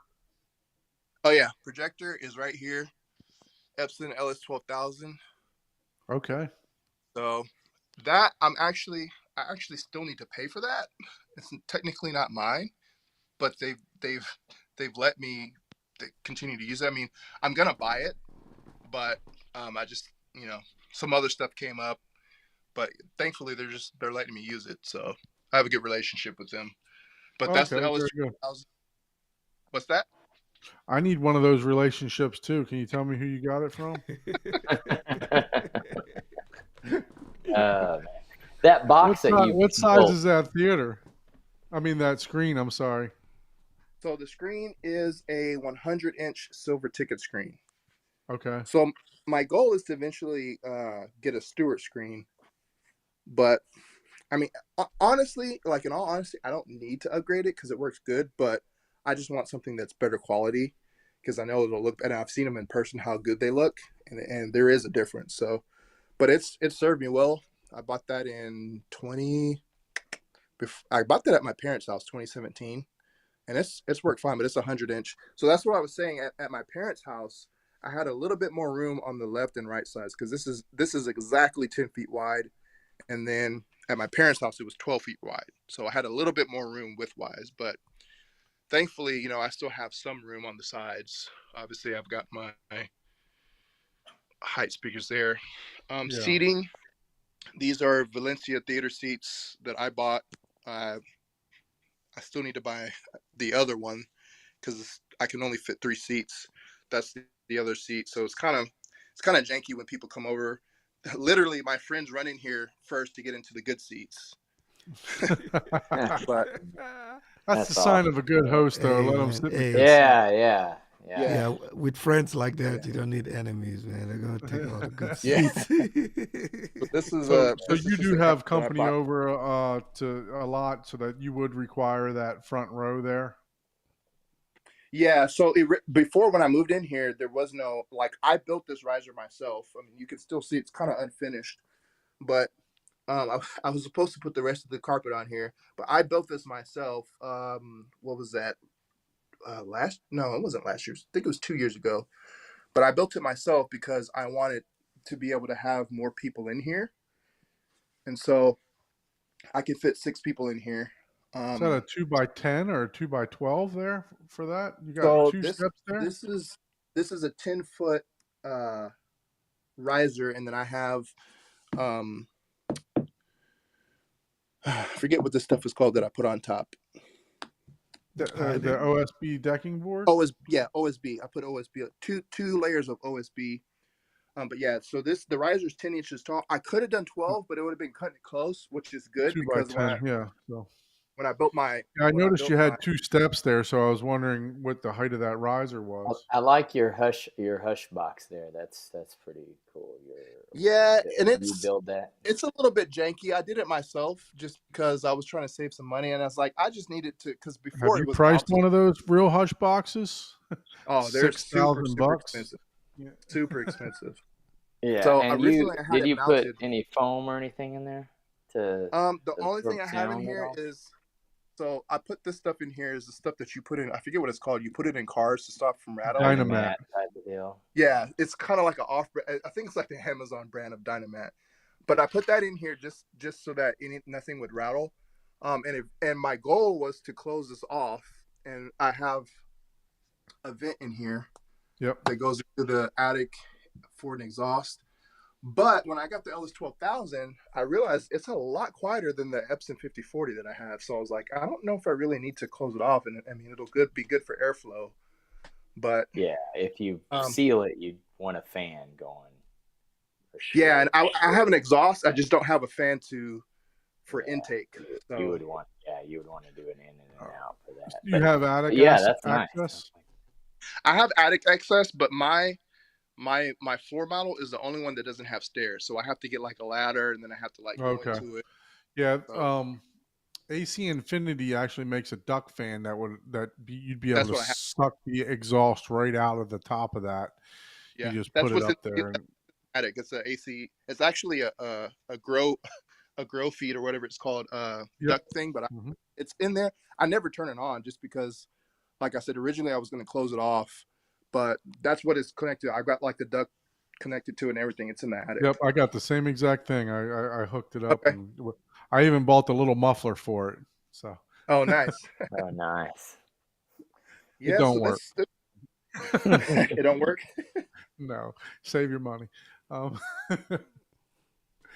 yeah, no, that looks awesome. And what I see in here that you don't see in a lot of theaters is a good amount of room treatments too.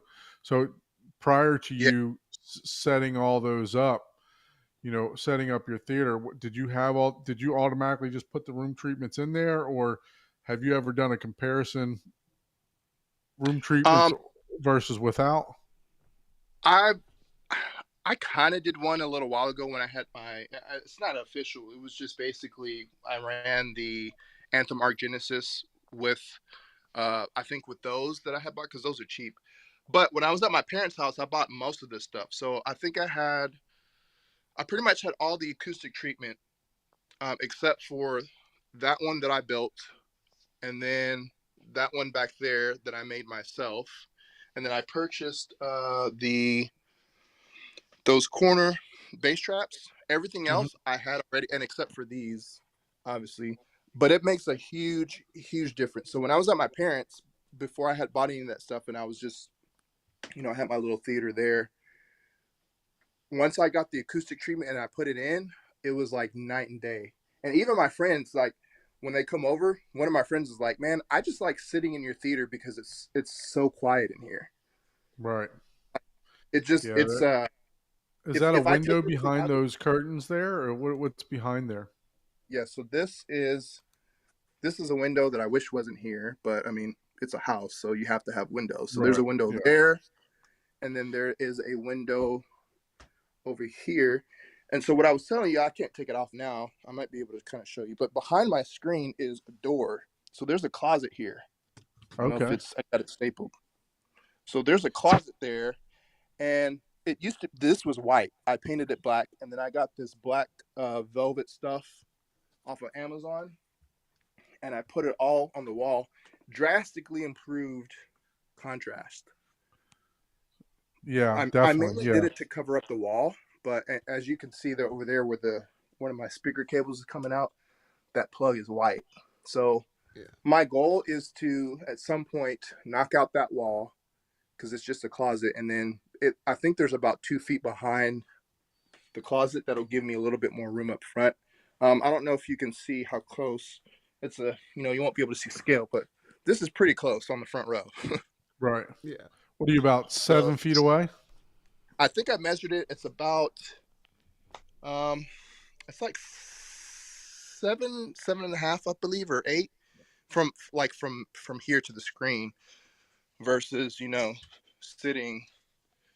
This is actually, if I had more room up front, I would sit up front, but this is actually the sweet spot, like sitting back here. So you're probably closer to 12 or 13 feet there. So right here, I'm about, I think it's like 11.5 to 12 feet. 11 and a half. Okay. Yeah. So are you, when you knock that wall out, are you looking to go bigger on the screen? Or are you looking to just give you just more room? So just to give you an idea, if you just look back here, this was what the actual media room was. So if you take this wall and put a wall here, that's very, very small back there. So you have that cubby that, like I was telling you, which if I didn't want a media room, they would have put a closet there. That would have became a closet, and they would have closed off this, which I did. I was actually just wanted to make it bigger, because this was going to be even smaller than it was at my parents' house. I really actually don't have room for a bigger screen. If you can tell, because it's black, but there's maybe an inch from the top of the screen to the ceiling. And then if you see my center channel, it's right up against the black velvet. Like, I can't go any bigger. So here's the reason why I asked that. If you knock, okay, go on, Don. Here's the reason why I asked that. Because if you're going to knock that out, you can put all those speakers behind your screen and go AT, and then you could go wall to wall with your screen. I was just about to say that. And you got room in the back to move your riser back a little bit. You want to be about 3 or 4 feet away, from your rear speakers. But in my opinion, that's what I would do. Not that there's anything wrong with your setup, because it's a fantastic setup. I didn't know if, like I said, if you wanted to go bigger or not. So I actually, when I first thought about it, I wanted to go with putting the speakers behind the screen. The reason why I decided not to do that, even though I'm still going to push it back, is you still need, because I measured it. So these speakers, where's my tape measure? So these speakers are, get this here. And there's no port on those speakers. The front ported or no port? No, there's a port on the back. Okay. So that speaker is 13.5 inches. So if I only have 2 feet behind the screen, I still need enough room to have the speaker. So if I put the speaker behind the screen, I'm going to lose a foot already. So it's kind of like, well, I'm only gaining 1 feet. Like, it almost kind of defeats the purpose of putting the speakers behind it, because I still have to keep, as opposed to having 2. Yeah. The 2 feet. So that's why I was like, you know what, I'm just gonna push it back. That way the screen is not so close, and I'll just keep the speakers out. If I had like 5 or 6 feet, then yeah, it would be perfect. So behind the speaker, you've got a port there, and then you've got your binding posts, and then you've got another port on the bottom. But I run everything with the ports open, so I can get. Yeah, you're probably crossing them over, prior to I'm crossing them over anyway. Where that port is, where you're gonna use that port. I'm looking at the same thing with mine too, because I only built mine out 2 feet, and I have the Martin Logan XTIs, the 60 XTIs, the last version that they came out with, and they're actually rear ported also. So I'm kind of looking at the same thing. I've talked to a couple different people, and they said that I can close them up because I'm really going to be crossing them over prior to Right. using that port anyway. Yeah. But That'll work. yeah. So it just food for thought. I didn't know if you were trying to go bigger or wider, or I mean, fantastic setup. Um, it looks phenomenal. I'm sure it performs very well too. I know those Arendals have gotten rave reviews from a lot of different people. So Yeah, Yep. I love them. And yeah, trust me, I've gone back and forth so many times in my head about, if I do move it back, do I want to put the speakers back there? But when I really sat down and thought about it, I'm like, if I move the wall back and I put the speakers back there, I'm already losing over a foot. Like, I don't want to do all that work just to only gain, 1 foot, because 2 feet will actually it's still not that much, but it'll push the wall back a little bit, and the front row will have a little bit more leg room. It won't be so close to the screen. So I was just like, you know what? If I do it, I'll probably just end up just pushing it back and keeping the speakers out. Because then I have to build a platform back there for that, and then I have to make sure that everything behind there is treated, because I don't want like standing waves and all this stuff. And I was like, that's just too much stuff for me to do.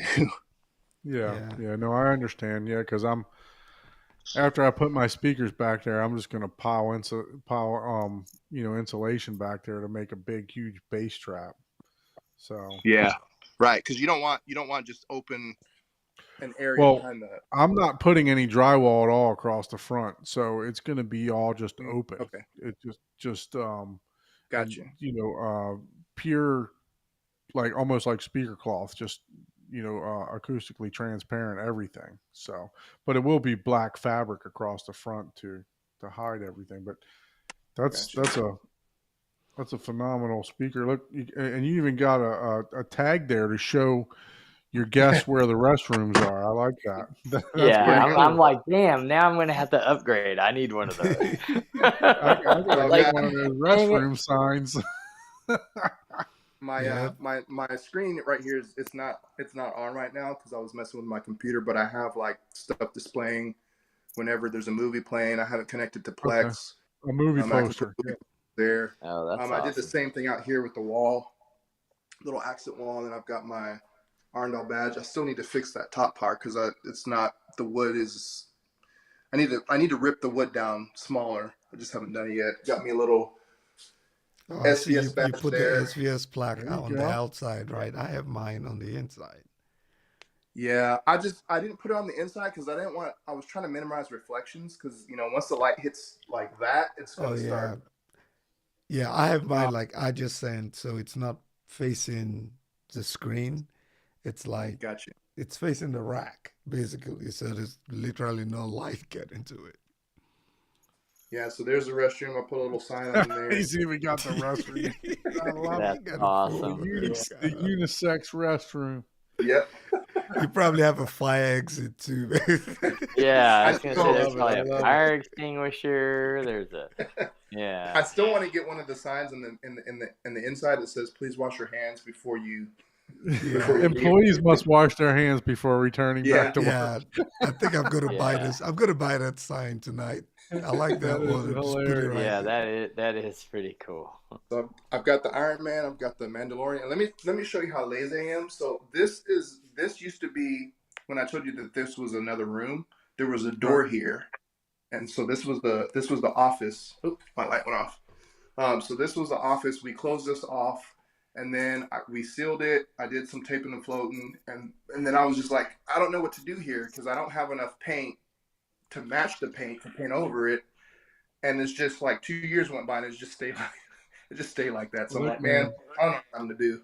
this is why I tore my look, I'm 2+ years in building my theater now almost, and this is why I tore my theater down in my living room, because I knew that if I didn't tear it down, take it apart, then I was never going to get to what I needed to do, and I'm still not there. But you know, I totally understand. Once you get something working, it's like, well, that can wait. If it's functional, that can wait. Yeah. So this is the box for the M&K. M&K. You see that bowling? Yeah, I think the video just froze. Shane Lee had that. Okay, you're back Oh, now. okay. Yeah, he did that. I think he did that review. He I did it want a to while say ago. back in January, somewhere February, January, something like that. So yeah. Ike, are you still there? Yeah, I'm switching There back. we I think go. we lost the video feed. I was trying to see if it was going to reconnect, but Yeah. didn't catch that. Yeah, I quickly. wanted to talk to him about that Arvolution. If he jumps back in here, I'm not sure. If not, we can always talk about that another time. Yeah. I There he think he goes. is back, but I I just know. wanted to mention you can get a NIX or NIX color scanner. It's basically like a colorimeter, except it's a little puck that Okay, can you guys hear me? yeah Yep, we hear you. We that got you you. can put right up against the wall What was that? and use an app. You can use a NIX color scanner, NIX, and you Okay. can use that to put up against a wall. It's basically like a color scanner, except it's for paint brands and stuff like that, Okay. and they're really affordable. You can get them for like $60, and you can match paint Nice. like to a T, to where it'll give you all these color codes, and then it'll say, "Hey, this is what was scanned. This is," and it'll give you exactly what was scanned, and then you can sit there and it'll give you a suggestion. Sometimes if it reads it perfectly, it'll give you the exact paint code that was used. Gotcha. But Or you can just buy a gallon of Bear and just go to town for like yeah, and 40 repaint the whole thing. Yeah. Yeah. Or you can Well, I have you can scrape a but piece of it and sometimes take it to Cheryl Williams. yeah, you're looking at, hey, I want to just paint that one spot, versus if you paint that one wall, you're right. either redesigning because now it's an accent wall, because you can't have white and then sort of white on one wall out of four, where Yeah. that white's one of the hardest colors to. And actually, I just thought too, because so I have. They left me a little thing of touch up paint for the walls, the ceilings, and the trims. I could probably just take that because I have a Yes, if little bit you left. I already just have don't have that, enough. exactly. Yeah, you just need the code, Okay. and you can take that and you can get the exact color. Well, So it's and never it exact. doesn't even have a code on it. It's just literally a little thing that's white that they have, and they just wrote on it, and it just says wall, Okay, gotcha. ceiling. But I mean, I might still be able to take the paint somewhere and say like, hey, can you match this or something? So it's just not enough for me to paint the whole wall. I just use it whenever I need to touch up something. Yeah. Yeah, and usually the builders have like brands of paint that they go with, right? Sherwin Williams or Yeah, you and know, I and might be then able to it's reach out to easy the to builder track. too and ask them. Like when I go to Sherwin Williams, I just tell them who the builder is, and Yeah. Yeah. they Yeah. literally Same thing know with because they us. would tend to buy from the Okay, local paint Hmm. that's good to know. manufacturer, so they would know what color you're looking for. Yeah, my Chances Yeah. are, community did the same thing, because they actually make you paint like every 5 or 6 years, for because I'm got yeah, a HOA. They make you paint the house like every 5 or 6 years or something like that. Outside or inside? like they, Outside. Okay. man. Huh. Yeah, I have HOA So too, but they haven't ever asked us to do that. I mean, I'm in Florida, dude. This sun here is like brutal. Mm. So it Hey, does start. Texas too, man. It does start to fade the paint. I'll be honest with you. My house is 2015, and it definitely needs it. It needed some touch up when I bought it. mainly the trim areas because they kind of faded out a little bit. But no, all the paint was bought for the whole community through Sherwin-Williams. So, and they have all the paint color codes and schemes and all that stuff. So you don't have an excuse when it comes time for them to send that letter.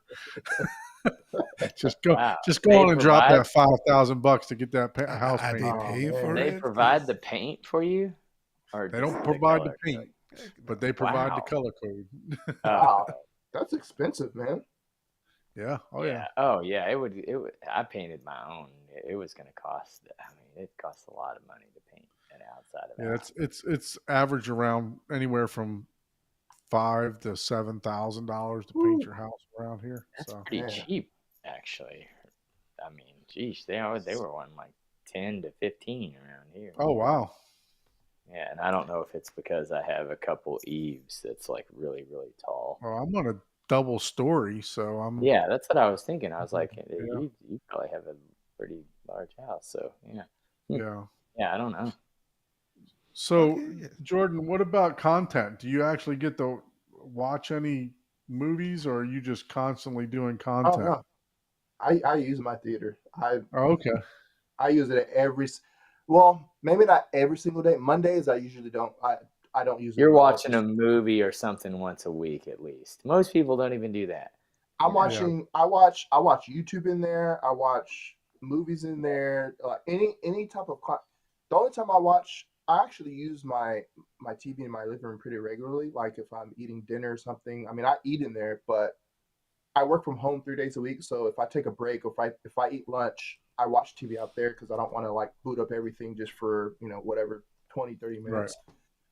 But if I'm not working, everything is being watched. Like when I buy movies, I watch. I mean, friends come over. I'll say other than Mondays, I use my theater every day. And I saw that you had the Kaleidoscape in there in your rack. Did you happen to catch the creator yet? You know that came out on the 15th. Yeah. So the thing about the Kaleidoscape is, so I got that as a review unit. I requested that from Audio Advice, and it's really weird. So I got that from Audio Advice. The contact at Audio Advice sent me that, and then like the next week she left and went to a different company.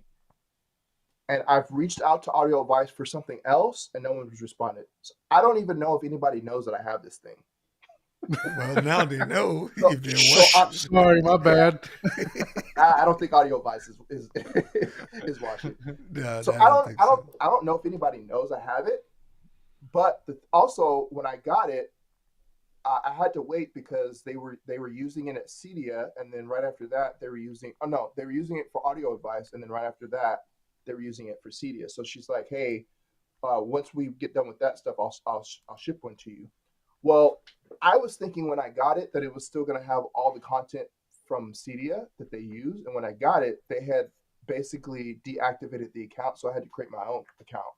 Okay.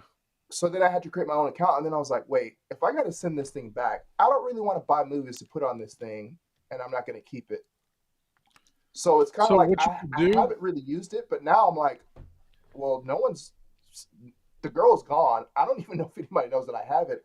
I might get to keep it. I'm going to assume not, but I'm like, maybe I'll start putting some movies on there to watch. I just don't want to like go crazy and buy a whole bunch of movies, Right. and they're like, hey, by the way, can you send that back to us? And now I got to rebuy all those movies again. So do you you got the Zadoo, so you're obviously ripping your content, correct? So I've been doing that. what for you can years. do with that, I have the Strato S. I have the older model of the Kaleidoscape, which has the hard drive built in. It's not a separate unit.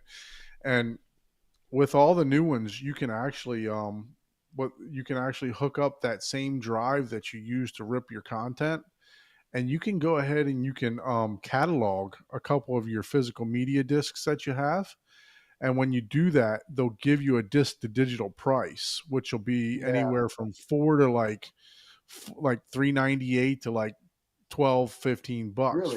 for that content. Yeah. Huh. So if you do Okay. that way, look, you're not out a whole bunch of money, right? So if you do decide to send that back, you're only, if you get 10 movies, you might be $40 in, you know what I mean?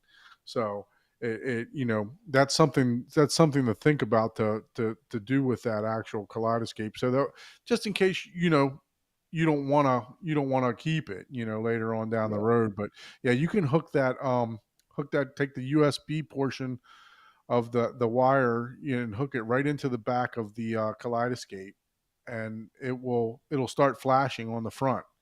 You drop the disc in, and about 20 seconds later, it'll spit the disc back out. You go onto the actual website on your computer or the kaleidoscope, and it'll Mhm. show you the digital, Hmm. that you loaded in there. It'll give you the option for it. So the only thing with that is my drive is an internal drive, so I'm kind of screwed. Okay. So when I built my computer, this is actually the second computer that I built. I took the drive when I originally bought my first computer. I bought a drive. I don't even know if you can buy it anymore, but I actually got a drive that I didn't have to flash anything. I bought it, Okay. and it was an internal drive, and I've been using that, ripping my stuff ever since. So I don't think there's a workaround from that because it's Yeah. actually in my computer. But Yeah. I mean, it's nice to know, and I have heard of that. It's nice to know that they have that option. Um, Yeah.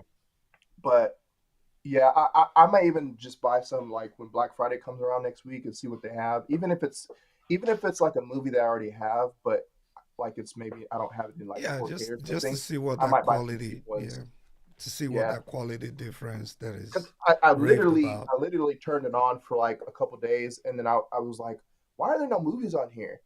And then I realized I was like, oh, they signed out of their account, and so I had to like create my own account. And then I was like, man, this really sucks because I had one before that Chris at the home theater dude let me borrow for like a couple weeks, and that was last year from CDA. That had a bunch of movies on there, and it like I could access it. So I guess I was thinking it was going to be the same thing, but yeah. Have you So reached now I'm out just to Kaleidoscape? no, I haven't. I would reach out to them and say, "Hey, look, I got a review unit from one of your dealers. I'm going to be doing a review on this unit. Do you have an account that I can log into?" That's a They good may idea. have reviewer accounts set up already, to where as soon as you do that, it'll populate onto that machine for you. Yeah. So Yeah, just reach out to them. All they can do is tell you no, right? Yeah, right. I was Yep. thinking it would have like some old movies, right? Just Yeah. So free movies that people can randomly watch. it has like seven movies it has seven movies that are on there. Out of those seven, I think there's like one or two that I can actually play because what it does is like if I try to play it, one of them is I don't remember what it, I think I don't know if I think Top Gun was on there, and I tried to play it, and it says, "Oh, this was purchased on a different account." Like it won't even let me play the movies that are on. There's like one movie that I can play, but it's like some weird janky movie that I was like, I don't care about this. So,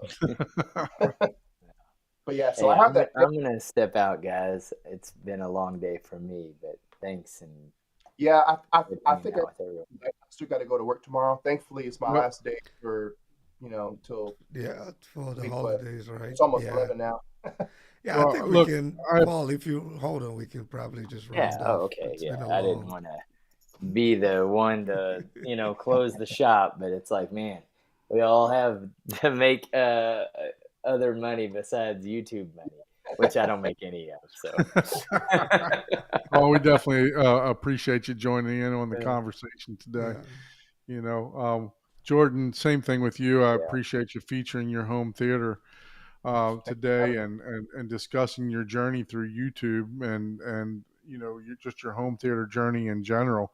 Um, as mentioned before, if you guys haven't subscribed to Jordan's channel, Haterade Cowboy, please go over there and subscribe to his channel. Give him Appreciate some that. likes, give him some love, and same thing with Ike, uh, Easy HT Tech over there. Make sure that you go over and visit him. Until next week, actually not next week. The next week will be Thanksgiving, so we won't have any live content. We're gonna try to put some other content up, maybe some shorts or something like that. But we'll see you the following week on Yep. Thursday, 9:30 Eastern time, 8:30 Central. So Yep. thank you everyone that joined in the chat. Definitely appreciate the support. Definitely appreciate everybody for joining us. Have a happy holiday. Be safe, and we'll see you in the next one. All right. Bye. Good night. See you guys later. Later.